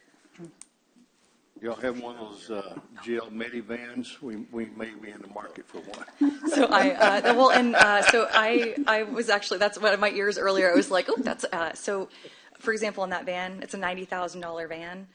We don't need to spend $90,000 in year one. We could spend, I haven't looked at the numbers, but it's an ADA compliant minivan. We've got a client who runs, that's all they run. We could spend $25,000 this year and then lease the rest of the vehicle and not have to have that huge expenditure up front. But when we give y'all a quote, we can show you both. Like I can price it, I can source it, you can order it. It's to spec. We order direct from the manufacturer. So there's no extra add-ons. There's no nitrogen in the tires. We're not adding tint unless you ask for tint. We will give you the standard vehicle at whatever trim package you want, and you'll get it at invoice minus your incentive. If there's ever a time where we have to find a vehicle out of dealer stock, Enterprise never puts a markup on the cost of the vehicle. If the entity that we purchase from puts a markup on it, we can't prevent that. But we do work with state contract dealers to try to avoid that as much as possible. But just on the purchase of y'all's vehicle, there's never a markup from our end. As far as closing up, are there any other questions y'all have? Anyone? No. I think Well, this is great. Yes, Great thank you all for the information. time. Thank you very much. Yeah, well, I actually, the city of Port Aransas and the city of Robstown have, Robstown just came on, but they're both my clients. So it was nice to kind of hear how everything works together. But thank you all so much for having me in today. Is this something we're going to move forward, Michael, or what are your plans here? So we already are customers of Enterprise. We already have a contract to lease vehicles. The only pieces that we don't have is to do this plug-in with the WEX information, right, and the maintenance cards, and then also the ability for them to sell our owned fleet. And those two items are on the agenda for Wednesday for the court to approve. Day after tomorrow, sorry, yes. Yeah, day after tomorrow. Okay, awesome. Thanks. One last thing to add, I included a case study from a client, the city of Fredericksburg. This was done in 2021, but it's an example of what we were able to do for their data. And so we really do take an entire look at where did the clients start and where did they go. If y'all want any more information like this, I can pull some from other entities. But not too long from now, I'd very much like to show a case study from Nueces County. Great. Perfect. Thank Thank you you so so much. Thank you. Yes, good information.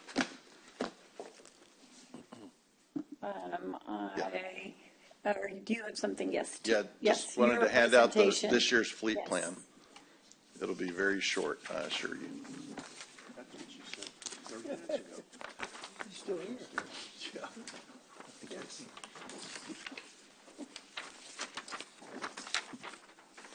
What you gonna leave with her? Thank you.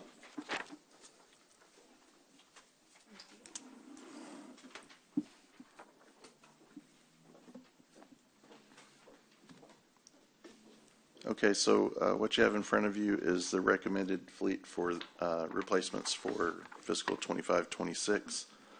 Last Green year, column. the green column, yes, Yes, is the thank you recommended for everybody. quantities. There's a lot of columns there. Yes.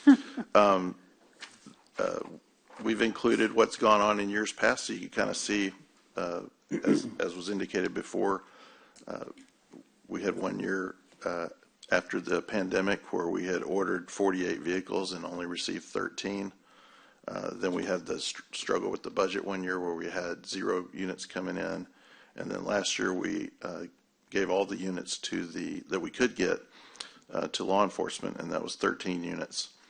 And so on the next column is the fleet size for each of those departments.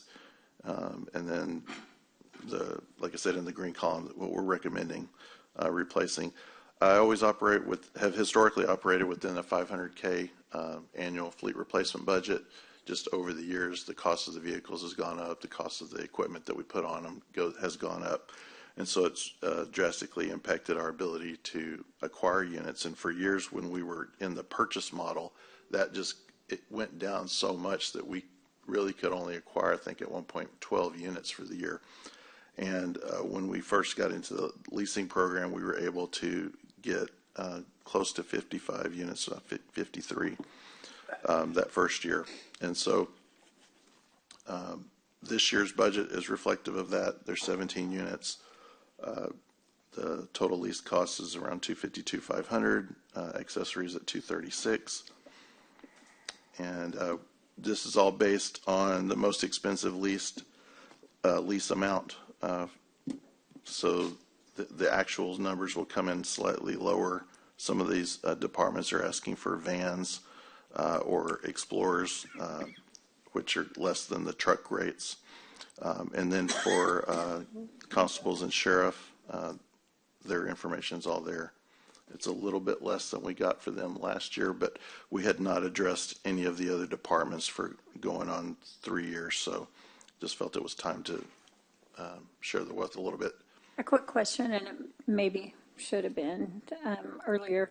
A lot of the departments have come in and said they have waited all year and haven't gotten these vehicles. So if we move forward with this, are we able to get vehicles more, as far as the quickly, ETA? the time to receive them? Yes. Or are we ordering a vehicle that we're setting a budget aside all year long and that we never get until the end of the year? So yes. This is model year 2025 is the first year that has not been affected by supply chain, pandemic, all of those things. So these took a little bit longer, but right now it's about 20 to 24 weeks on a Ford Explorer. Okay. So they'll come in. So you anticipate them coming much in more quickly, regularly? Yes. And that is also a consideration in the future of once budget is adopted and we know for sure this is set. Even though it may not have been, or once we know budget is set, even if it hasn't been adopted yet, we can still order beforehand. 6 months? I'm sorry? No, so that's 6 months every? Yes, sir. So if, for example, let's say that y'all know in August that this is pretty much your budget outline and y'all want to proceed with ordering vehicles, we would still ensure they deliver after the new fiscal, but we basically just plan for, it takes about 5 months for them to come in. When would we like to order them?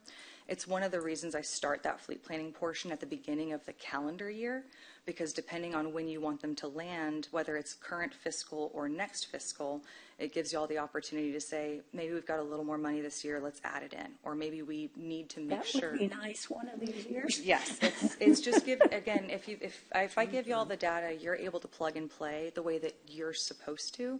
Yes. And my job is basically to give you enough information that you can create the budget that serves your constituents.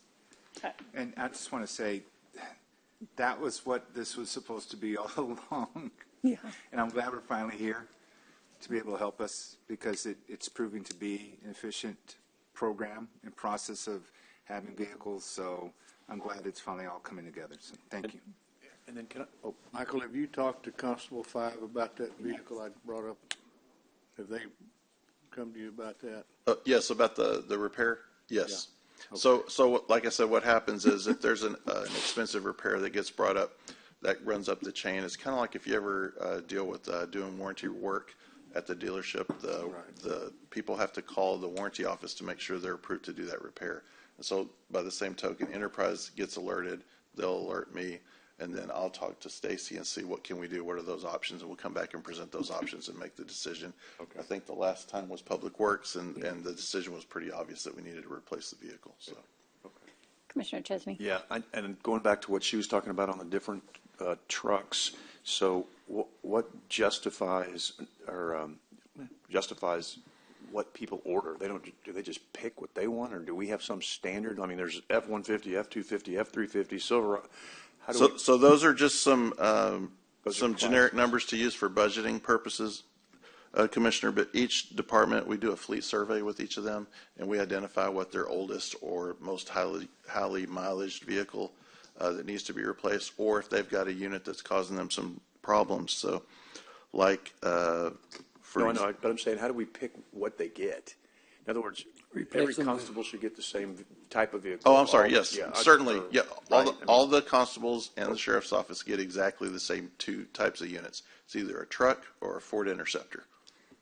Okay, and so then the others. But then she was saying there's different prices, and I can't find that slide right this minute. Some vans it's also in here. updating current information. And so when we do the budget planning, before I even provide any information to y'all, the purchasing surveys that they do, we're going to tweak that a little bit. Their process is great. How we ask the information is going to update. And I'm going to give you an example. I had an entity that ordered a truck. The person ordering it ordered gas. No, hold on. All I'm asking is, how do we get there? I don't need, no offense. I'm not, Yes. but I mean, are we picking what everybody gets so that we're getting the most efficient, but we're servicing their needs? Yes. Okay, that's all I needed to know. Okay, We're not thank you. allowing department heads to just pick out their That's Christmas all. list. Yeah. We're getting Model Ts when possible. Yeah. Thank you. Any color you want, as long as you want white. And these lease payments, that if we're leasing your 6 months in, do those payments not start until that October, or when the vehicle gets here or something? Yeah, when the vehicle's delivered. So we should have savings all last year with everything that's in there that we didn't Correct. receive. I believe the history was that the auditor's office, based on when they thought the vehicle would show up, they would start a budget at some point. Sometimes it would be right on October 1 and be a 12-month budget. Sometimes it might be a January 1 budget. Okay. But in all the cases, we always had extra months that did not get used. Making sure we're not paying for something we don't have. Okay. Definitely. Thank you. Yes. Thank you very much. Any other questions? I think we're all good. Yes. Moving on, I think Commissioner Pusley, you wanted to bring one thing up, or are you still planning to? I'm sorry. Your Honor, and then we'll move on and let the auditor speak. Yes. I wanted to talk just a minute about our fairgrounds, and there's been a great deal of discussion here of late, and since I've returned, about the use of the fairgrounds and how that gets portioned out into the different organizations. And we have a situation where our fairgrounds has almost become too expensive for our own livestock show and 4-H groups to utilize. In fact, last year and almost this year, they were going to have their yearly fundraiser in San Patricio County instead of having it at our show barn. So we talked it over, met with OVG, and got them to reduce the rate to where they could afford to have it back over there. And so I pulled out the contract and started reading through the contract, and essentially we pay $145,000 a year, or $12,000 a month for the management fee to the operating company, and then they are able to earn initial incentive fees and bonuses throughout the year, and then the rest of essentially all of the expenses are paid either by the money that's generated from those events or that we have to put in at the end of the year. And as far as I know, if Teresa, you correct me if I'm wrong, we've been putting money into the budget at the end of the year for the fairgrounds since its inception, I think. Mm-hmm. So I think we need to really talk about whether or not we want to continue. This contract renews in September of next year, And of course, we just like any other governmental contract, we can renew it whenever we want to, but whether or not we want to continue this kind of an arrangement or whether we might want to look at managing the fairgrounds ourselves. And we don't have that contract in front of us, so I think if you could share your red lines and notes on that. Yeah, I'll be that would be a happy great to do thing to that. start with for the discussion too. It's just that I just think that if we've gotten a situation, I had a long talk with our, what's he called, the manager of the 4-H group last Friday evening, and he was telling me about the difficulties of using it. In fact, this weekend they were going to have a little leadership training deal. They needed to utilize the equestrian center, and OVG is going to charge them $1,200 to use the equestrian Outside. Outside. Yeah. Mm-hmm. And so, you know, he said I can go over to San Pat County and they'll let me use theirs for free.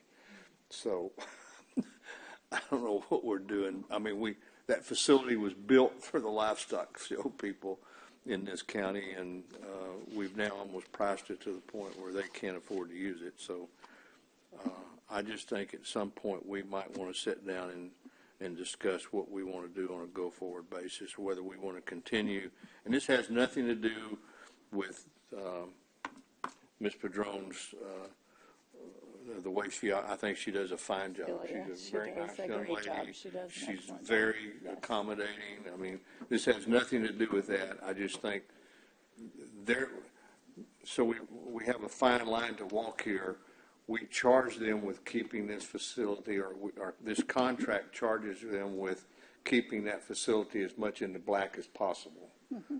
So we can't, on the other hand, turn around and say, hey, you need to start discounting everything For everybody. when we're trying to hold them accountable Yes. for, making a profit. So there's a fine line we walk here, and I guess we just need to decide which side of the line we want to be on.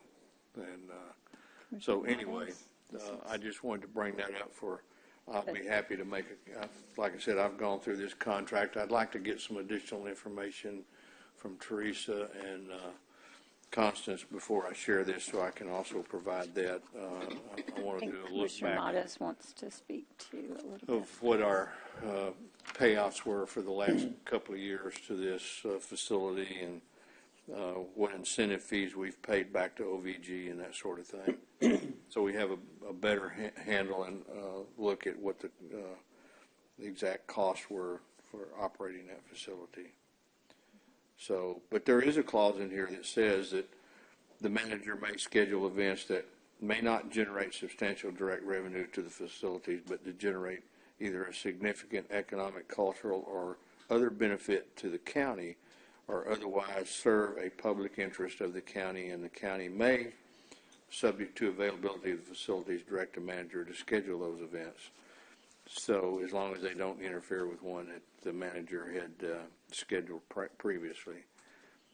So we do have that built in there, but again, it gets down to we're trying to hold this company accountable for making it as profitable as possible, but yet it may be to the point now where it's counterproductive for what we originally designed that facility to be utilized for. Anyway, that's all I have. Thank you. Commissioner Modis? Thanks, Judge. Yeah, I'm glad you said that, Commissioner, because I think we all feel the same way, that the current management team, and they've stayed the same, thankfully, even though there was a change in the actual company ownership. OVG bought out the prior company, and so that's how we got to this point. The local management team has been able to transfer over the years. And, of course, we had, before that, Jason Green, who did a magnificent job and saw a couple of different company name changes, but he was there, had Arcelia part of his team, and thankfully she transitioned once Jason went back home to New York after, 10, 15 years at least. So I'm glad you're saying that, because it's not about them. But I agree. I mean, it's something worth looking at, and that we can start that conversation really before a year out, kind of like what I said earlier about our public defender issue. one of the things with this is, in my experience that I've learned in working with public-private partnerships, and that's basically what this is. We're a public entity with a private managing firm that has somehow got to make a profit and yet still manage a county resource or a public resource based on tax funding. That's always going to be a challenge. And so there's certain situations that works. Management of entertainment venues is always volatile. It has become, we've seen that at the city level. Wasn't sure if that would come over here or not as far as scrutiny. I think we always need to have scrutiny, and the fact that we potentially could lose out on these companies, on these events coming to our own facility is concerning, because we wouldn't want to have, a show, Nueces County 4-H, hosted in San Patricio County. That would be really bad, right? Yes, but, exactly. But I'm glad that the leadership there reached out to you, Commissioner, because that's what I know we've all probably been contacted at one point or another with various entities on pricing. And once again, it's that fine line of balancing out. I mean, this facility was created to bring quality of life, which includes hosting some of those important key groups to us. Been working with Arcelia on trying to get some guarantees for annual events that we hold at our fairgrounds and commit them to long-term commitments and contracts so that we can be declared the home of this or that. And so I think that we need to do some work on that. So I'm hoping that this will be positive, and I definitely offer myself to be involved in that discussion. But Constance, not to put you on the spot, and you're our interim auditor, by the way, congratulations. I know we're going to take official action on that Wednesday, but it is such a difficulty for cities and or counties that are maintaining facilities like this. We're seeing San Antonio is having $1 billion argument over what to do in downtown San Antonio and their proposed entertainment district, and some changes there. What has been your experience in trying to balance that? Not really looking at city council or city or SMG prior, but American Bank Center, which is now the Hilliard Center. Those are tricky things to manage, aren't they? They're not just, are they black and white? Are they pretty much cut and dry as far as one number or the other? No, they are very difficult to manage, because you want them to be self-sustaining, but typically they're not self-sustaining. So, I know for the city of Corpus Christi, the convention center always has had a subsidy from the city. Always. And then the arena started out to be, the thought was for it to be self-sustaining, but I'm not sure if it's actually accomplished that or not. It hasn't. And that's just one thing, and I figured that's what the answer was going to be. And so I think what Commissioner Posey is bringing up is totally legitimate. But let's see, are there communities that are thriving, and are they a little different than us? And I mean, is it only happening in large metropolitan areas? Is it something mid-sized to us that we're going to always just kind of constantly struggle and have to help subsidize a little bit? That's what I would like to look at in the future as we go forward on the discussion. But I definitely think that this is worthwhile exploring, and we should do this every 5 to 10 years at least, just so we can remind the community this is why we're paying for it. But yeah, we don't want to price out 4-H or the livestock show come January. I mean, yeah. And maybe kind of we livestock show carve hosted out by something. San Pat County. I mean, come on. They approached me last year about buying a table at their yearly fundraiser, and I said, okay, I'm in. And I said, where's it going to be? And they said, in San Pat County. I said, well, wait a minute. What are we doing? I said, okay, I'm going to do it this year, but,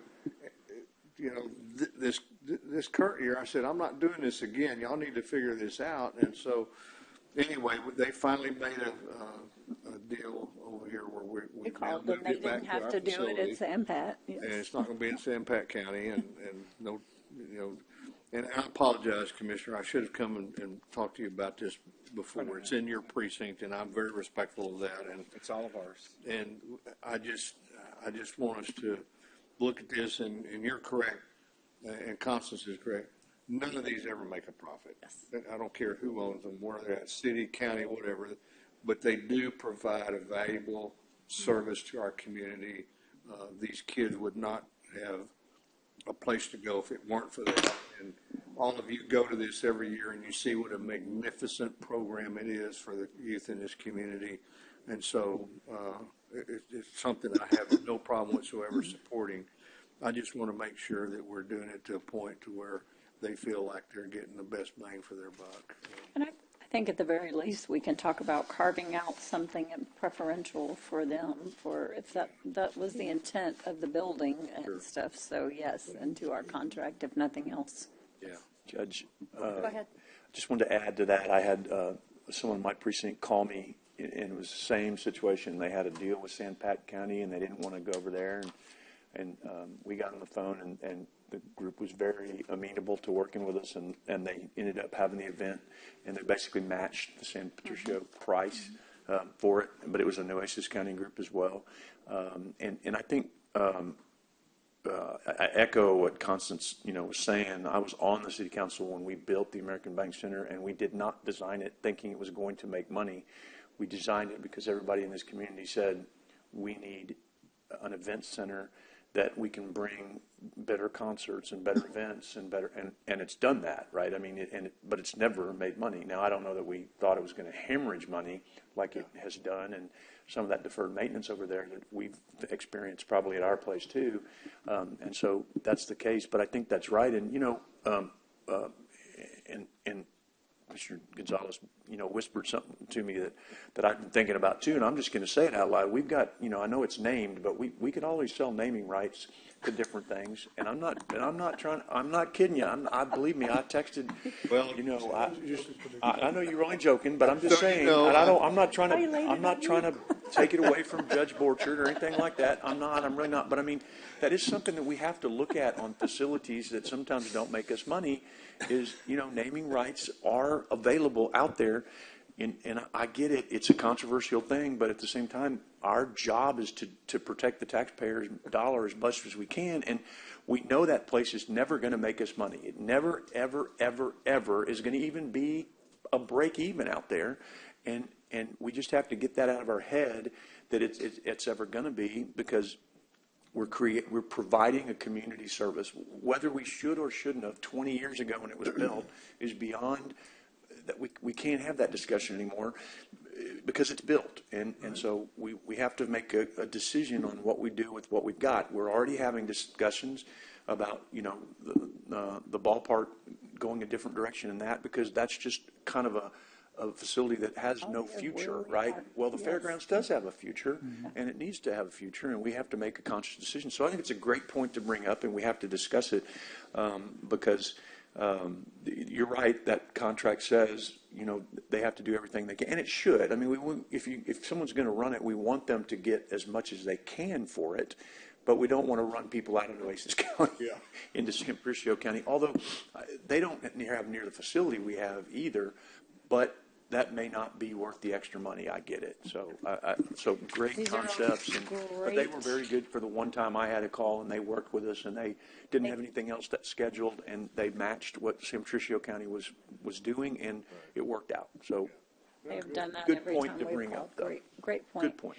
But moving on to our last presentation, Constance, I believe that it is your turn. Good afternoon, Judge Scott and Commissioners. It's my pleasure to be here today with you to begin the discussion for the fiscal year 2026 proposed budget for Nueces County. As you know, I've been in the county auditor's office for about a week now. That's quite a bit of experience these days. Yeah, thank you. And, Old timer. I want to thank all of the staff for helping put all this information together today. I especially want to recognize Deanna Saldana, right here, First Assistant, for all of her help in getting the notebook together, along with Bailey Ayala, who is our Accounts Payable Supervisor. And of course, I would be remiss if I didn't thank Teresa from the County Judge's Office for all of her expertise in helping us get here today. So thank you. From the Commissioner's Court, yes. Of the Commissioner's Court, yes. So the notebook you have before you has 20 tabs, tabs A through T. And you will be happy to know that we are not planning on going through each and every one of these tabs. But I would ask if you have a chance to go through them all.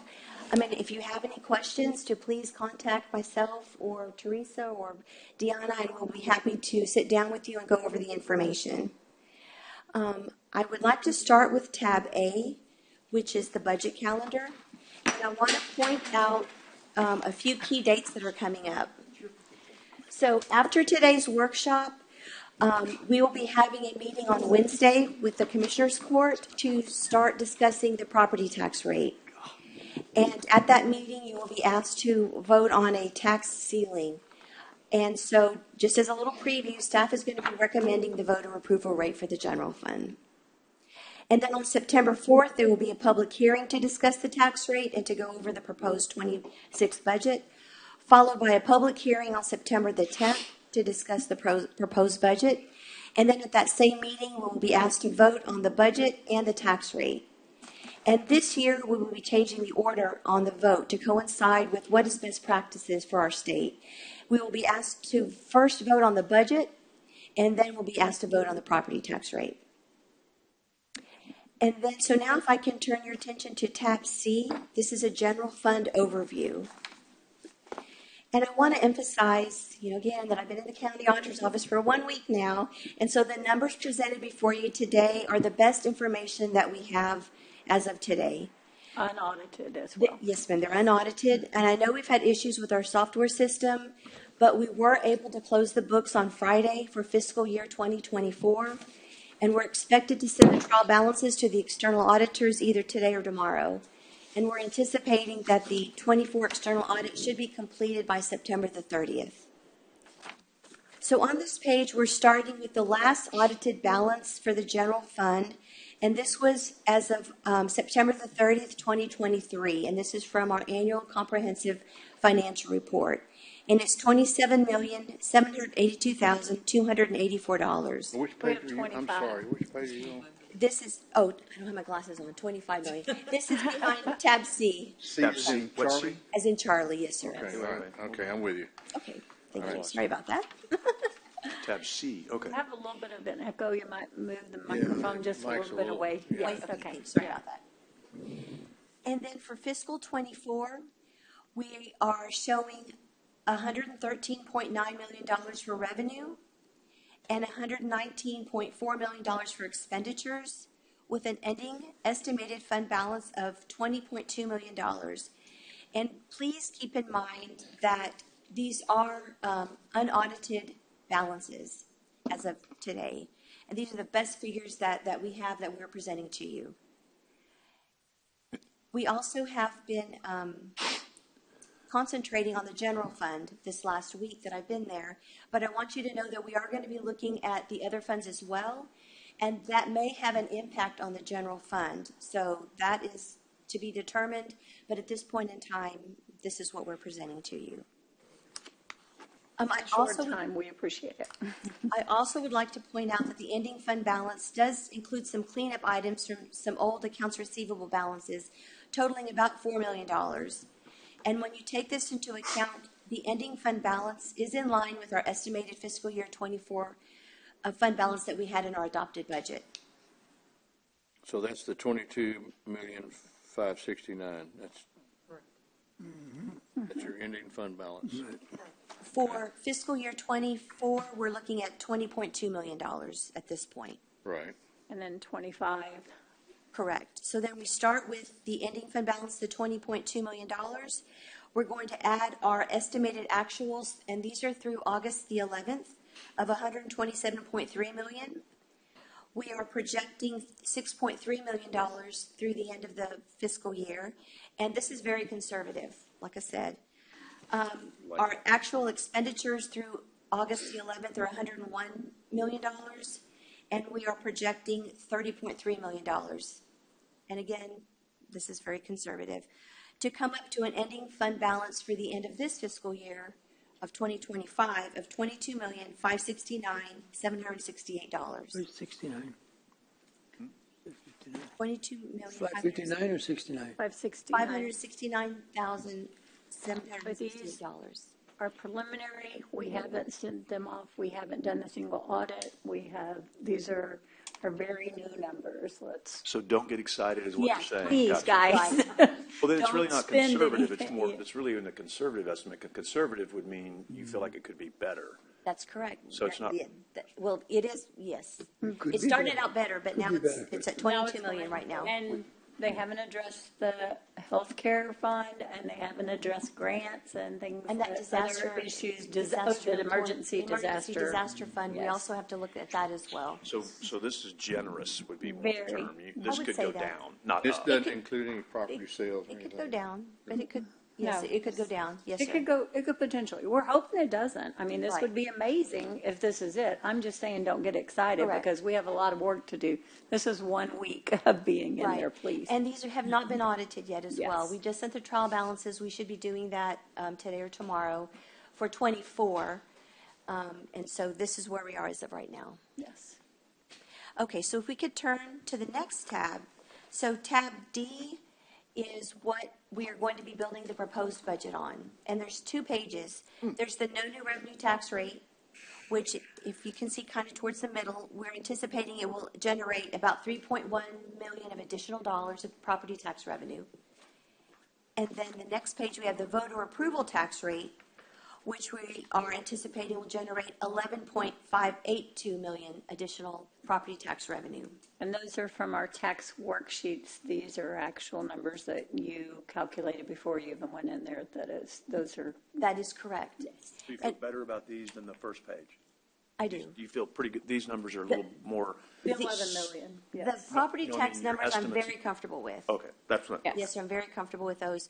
One change we are making this year that we haven't done in the past is we are excluding the revenue from the tax increment finance, the TIFs, the tax increment reinvestment zones. In the past, we've included that as revenue, but it's not revenue because it goes directly to the city of Corpus Christi.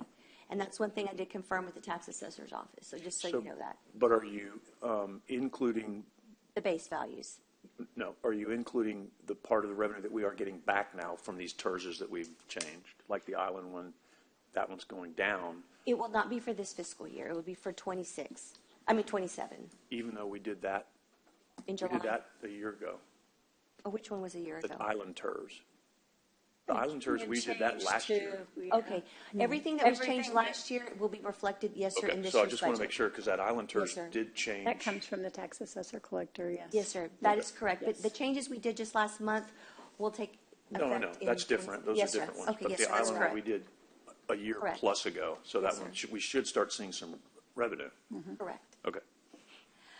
And so if you look at the top, we're going to begin with that estimated fund balance that we saw in tab C of the 22,569,768.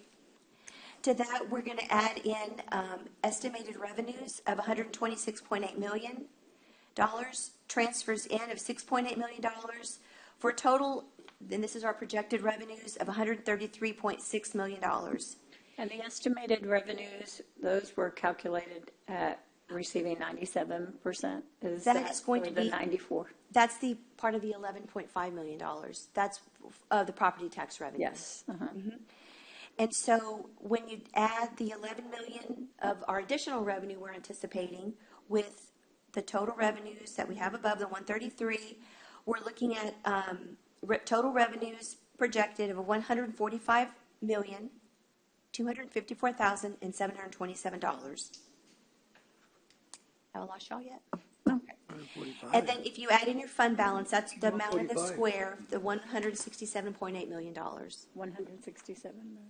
Where'd you get 145 though? Right above The it. 145 is just strictly revenue, money coming in. And then when you add what we have in fund balance, The top, that comes to the two 167. boxes come together. Yes. It's 159 now. Yes. 143. You're on the, which one are you doing? You're on the second one, right? I'm on the Yes. voter approval, Yes. yes, sir. Okay. Oh, sorry. Sorry. Yes, she's on the voter approval side. Here it is right here. Just as a little preview, staff is recommending the voter approval rate. And so, right below the total funds available, which is in the square, the 167 million, the proposed expenses are 121,707,774. Transfers out, 9,618,126, for total proposed expenses of $131,325,900. Now, the items listed below that are changes or additions that we are proposing to add to the budget. Most of these are state mandated, and others are items that, like Judge Scott had mentioned earlier, on giving the county employees a cost of living increase that they haven't seen in a while. And the reason we had to go ahead and give you all this as well to give the information out is because we're also required by law. Teresa has to send the letters out to the elected officials.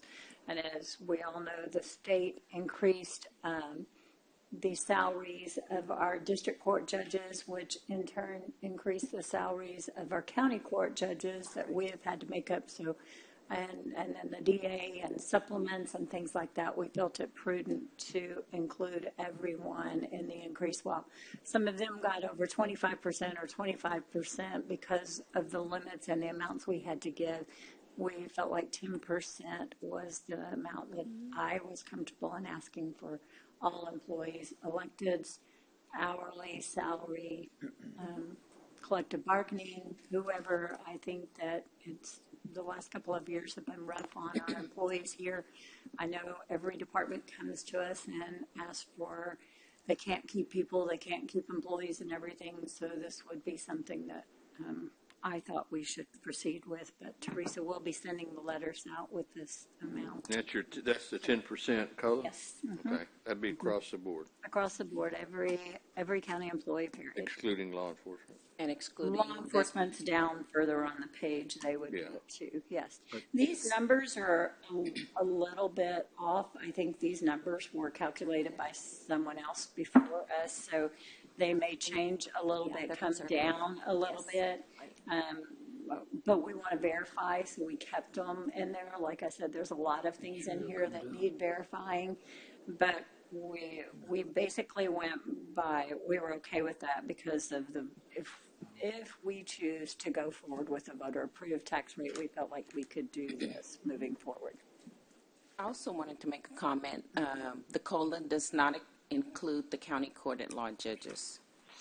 They don't get they do not they don't get the COLA. Yes. And then also if get more than that. If it moves forward, the letters will go out Friday. Yes. This Friday. So if but any we can't court take member chooses to the elected official letters, salary letters will but we go out can't Friday. take a vote on this. We can't take action. So if anyone has a problem and you don't feel like you're going to do it, you might go meet with them so that we don't send letters out. But we can't, as a group, decide. But in the past, on that practice, we sent letters after we passed budgets, because I know I've done that. No, it's prior to, and they have 7 days to grieve the Okay, so that's when amount. we've done it before? Yes, sir. I thought it was ridiculous. I thought, how do you decide and you haven't even voted on the budget? So if we vote down this, the elected officials will get a raise and nobody else will.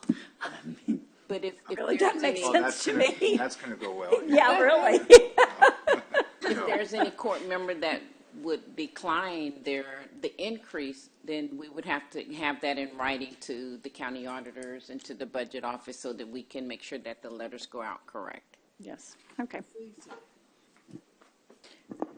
I'm sorry to interrupt you, that's okay. No, President. I almost just done. wanted to make sure that was clear. Sure. Yes. So I just wanted to point out that this is our starting point for the budget this year. And we can go one by one if you'd like. The first one's the cost of living that we spoke about, the continuous pay. The controlled budgets, of course, we're going to be increasing utilities and our copy machines, gasoline, property insurance. The enterprise vehicle lease, this was the information that Michael and Stacy brought us just a few minutes ago. We have a health insurance premium increase. And a lot of these are not, these, like you said, maybe not statutory, but we already have contracts. We've already voted, approved in court, so we have to pay these. So, yes. And for our juvenile detention center, we need to increase the meals by $100,000. Metrocom's cost to the city or the Metrocom group is going up just slightly. The next one is our cost of living, the collective bargaining agreement. This is just beginning, so this is not an amount set in stone. This is just our, just a holding place here. We have our Nueces County Appraisal District budget went up slightly. Prisoner transport, we're recommending an increase of $100,000. Public Defenders, this is the program that Dennis spoke about earlier, that the grant is going away Going down incrementally. 80-20. Incrementally, Yes. and so this is our share for a fiscal year 26. The retirement plan, the rate is going down actually beginning in January, so this is a slight savings for the county. And then these are our statutorial increases that we're required to do. We're recommending supplemental family drug court position. The grant was short 20,000, so we are recommending an increase of 20,000 for the general fund. And this is Judge McCoy's Correct. deal. That yes, it's only short. I think it's 23. He told me, or something with benefits that he said this morning. But Okay, I told yes. him it was already on our list. Yes. And then the tax assessor collectors requesting an increase in their postage, which occurs every other year. Then this is we're including vector control in our list, which we talked about earlier, the 300,000. And then the voter focus is some statutorily required software that we need for the elections. Elections and the tax assessor collector both utilize this. Apparently, there is an issue with the provider they've been using. They're having to change in the middle of the year. This is the reason it's on this list is because we have to have something coming up. It's an emergency item. I'm not sure if we can find other funds that we can pay for it out of, but one way or the other, we have to have it, is why we put it on this list. Yes. So again, these numbers are just our first stab at the proposed budget. We're going to be refining these numbers from now until September the 4th when we have our public hearing, and of course September the 10th when we have the vote on the budget and the tax rate. So at this point, I guess I'd like to turn it back to Judge Scott, or open it for discussion if there's additional items you'd like us to consider. I think there are going to be some.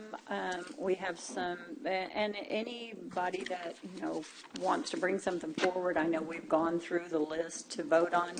I have copies of some to pass out, just information of the request. This has the included, and it has the statutory requirements to hand out. So if just some more information, basically what we went through, and then some of the other requests. But we will be going. You have one of those. A little passed out. No, I'm going to give it to you now. So if you want to pass it down, if y'all have any questions about this, you're more than welcome to come and talk to Teresa, myself, any of us, please. But the first page has the what she just went through, basically the required purchases, the required costs that we know we're looking at. On the back of the second page, it has additional budget discussions. I think we went through this list last year and the year before, item per item, and then a couple of things that we know that are going to be coming. There's a couple of suggestions on departments to try to cut cost and maybe utilize more services. So we will be having those discussions moving forward since we haven't had another meeting. I think we've already talked to the county attorney. Some of the suggestions we're going to be doing is in line with what the forensic audit told us. The auditor's office should be auditing, moving HR out of there into the, moving payroll out of the auditor's office into HR, and the county attorney has a attorney general opinion that shows that that is a rightful place that it can move to. And then we have already voted on the budget office coming to the Commissioner's Court on the side with when we get Constance back and stuff like that. There's some other suggested changes potentially with saving money, but those will be discussed. I think this is a starting point. There are a couple of directors' positions too, for sure, that were brought to my attention, and once we look them up, as for all of our director positions, they are sorely underfunded. And as a director, I think we had put one airport manager out for applications and had no one qualified, so we know we should address that. In fact, it was lower than I think most of our executive secretary and stuff like that. Well, we want that airport out there to grow and prosper, we're going to have to get a person in there, and we're going to have to pay them a little bit better than that to move forward. So, do you have any questions? Oh, go ahead. I just want to add one more thing. So, back to tab D, I just want to remind everyone that the additional revenue that we are anticipating from the voter approval rate was the $11.5 million. And the list we have below for the additions is $12.2 million. So anything more that we add to the budget will be eating into our fund balance.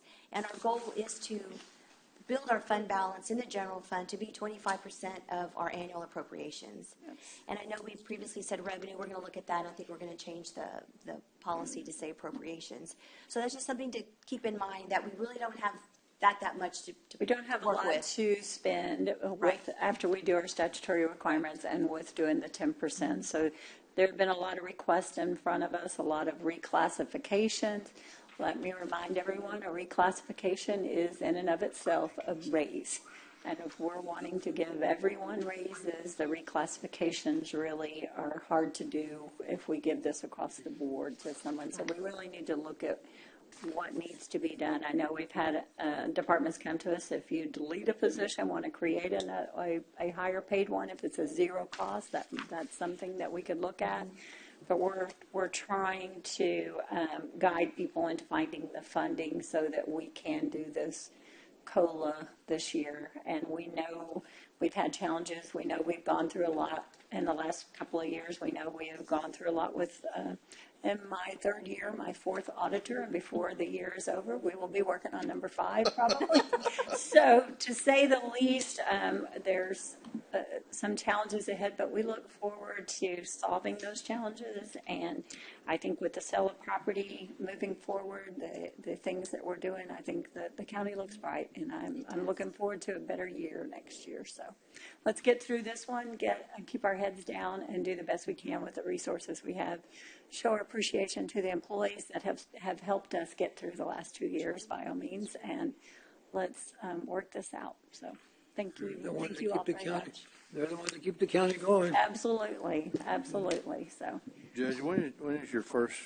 I know you canceled the meeting with the Nueces County Sheriff's Association last week. Are you going to have scheduled? There's one scheduled Friday this week. It's coming Friday. Okay. Yes. I'm sure they've probably already heard us talking online about this. But there's no way to. Well, they wanted a number, so you exactly. gave them a number. I was just sitting here thinking that. But I we mean, we have time to discuss on Wednesday. It's on the executive session. Yes, right? yes. This update, yes, so yes. I'll wait till then to Perfect. get some clarification from legal and. Absolutely. Yes. Thank you very much. This is great. I know all of you put in a great deal of work putting all of this together with some significant challenges.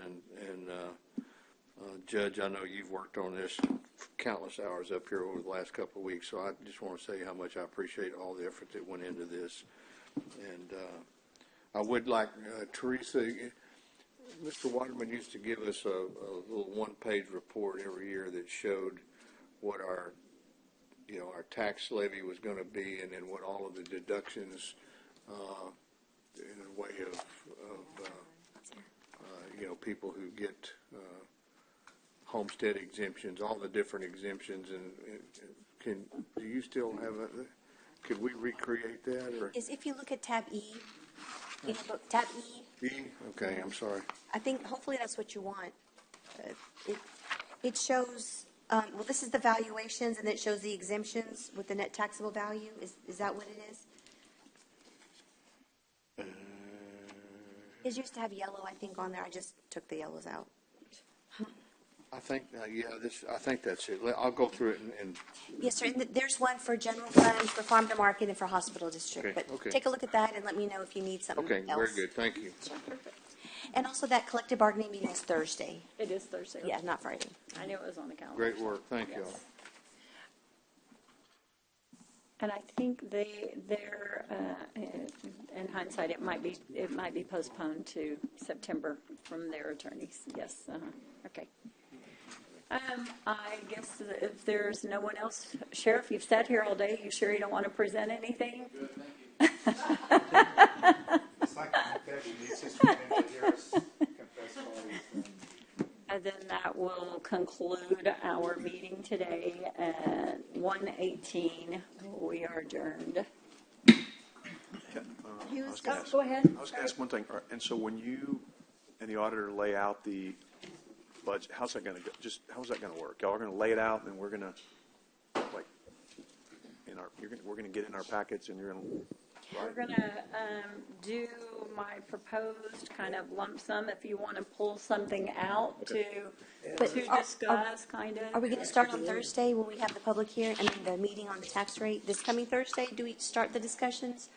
Well, not if you don't have your budget. I mean, I'm assuming you're going to lay it out, and then if we want to I thought that was take out or September change, we 4th. just make a motion. Okay. I thought that was September 4th. Okay, Yes. so we have a public hearing on September 4th on the tax rate, and that's when we'll talk about the proposed. Yeah, Okay. and do it as a group. I'll have the other group like that suggestions, and if you have anything that you wish to pull out, then you can vote to pull it out, just like we do kind of consent. Okay, fair. Thank you. Uh-huh. Yeah, Perfect. like, I mean, that's not and what I'm I going was to doing. say, I just want to make sure we're change things. hopefully we have a lot of money, but I'm sorry, we're adjourned. Connie, if you want to take us off the camera. Sorry, I just turned around and I'm still looking at the camera. I walked over to Ed Borchard at the deal the other day, and I put my arm around him, and I said, Richard, you've heard this guy, Thomas J. Henry, right? Let me tell you. We were going to be talking about. That was what I was thinking. I got no shame. I was thinking. Exactly, there it goes. I'll take his money. I'm not ashamed. Arena. He didn't really want to discuss it. We'll tell him we'll name something else after him, and we'll just, I mean, come on, be a team player. Too cold in here.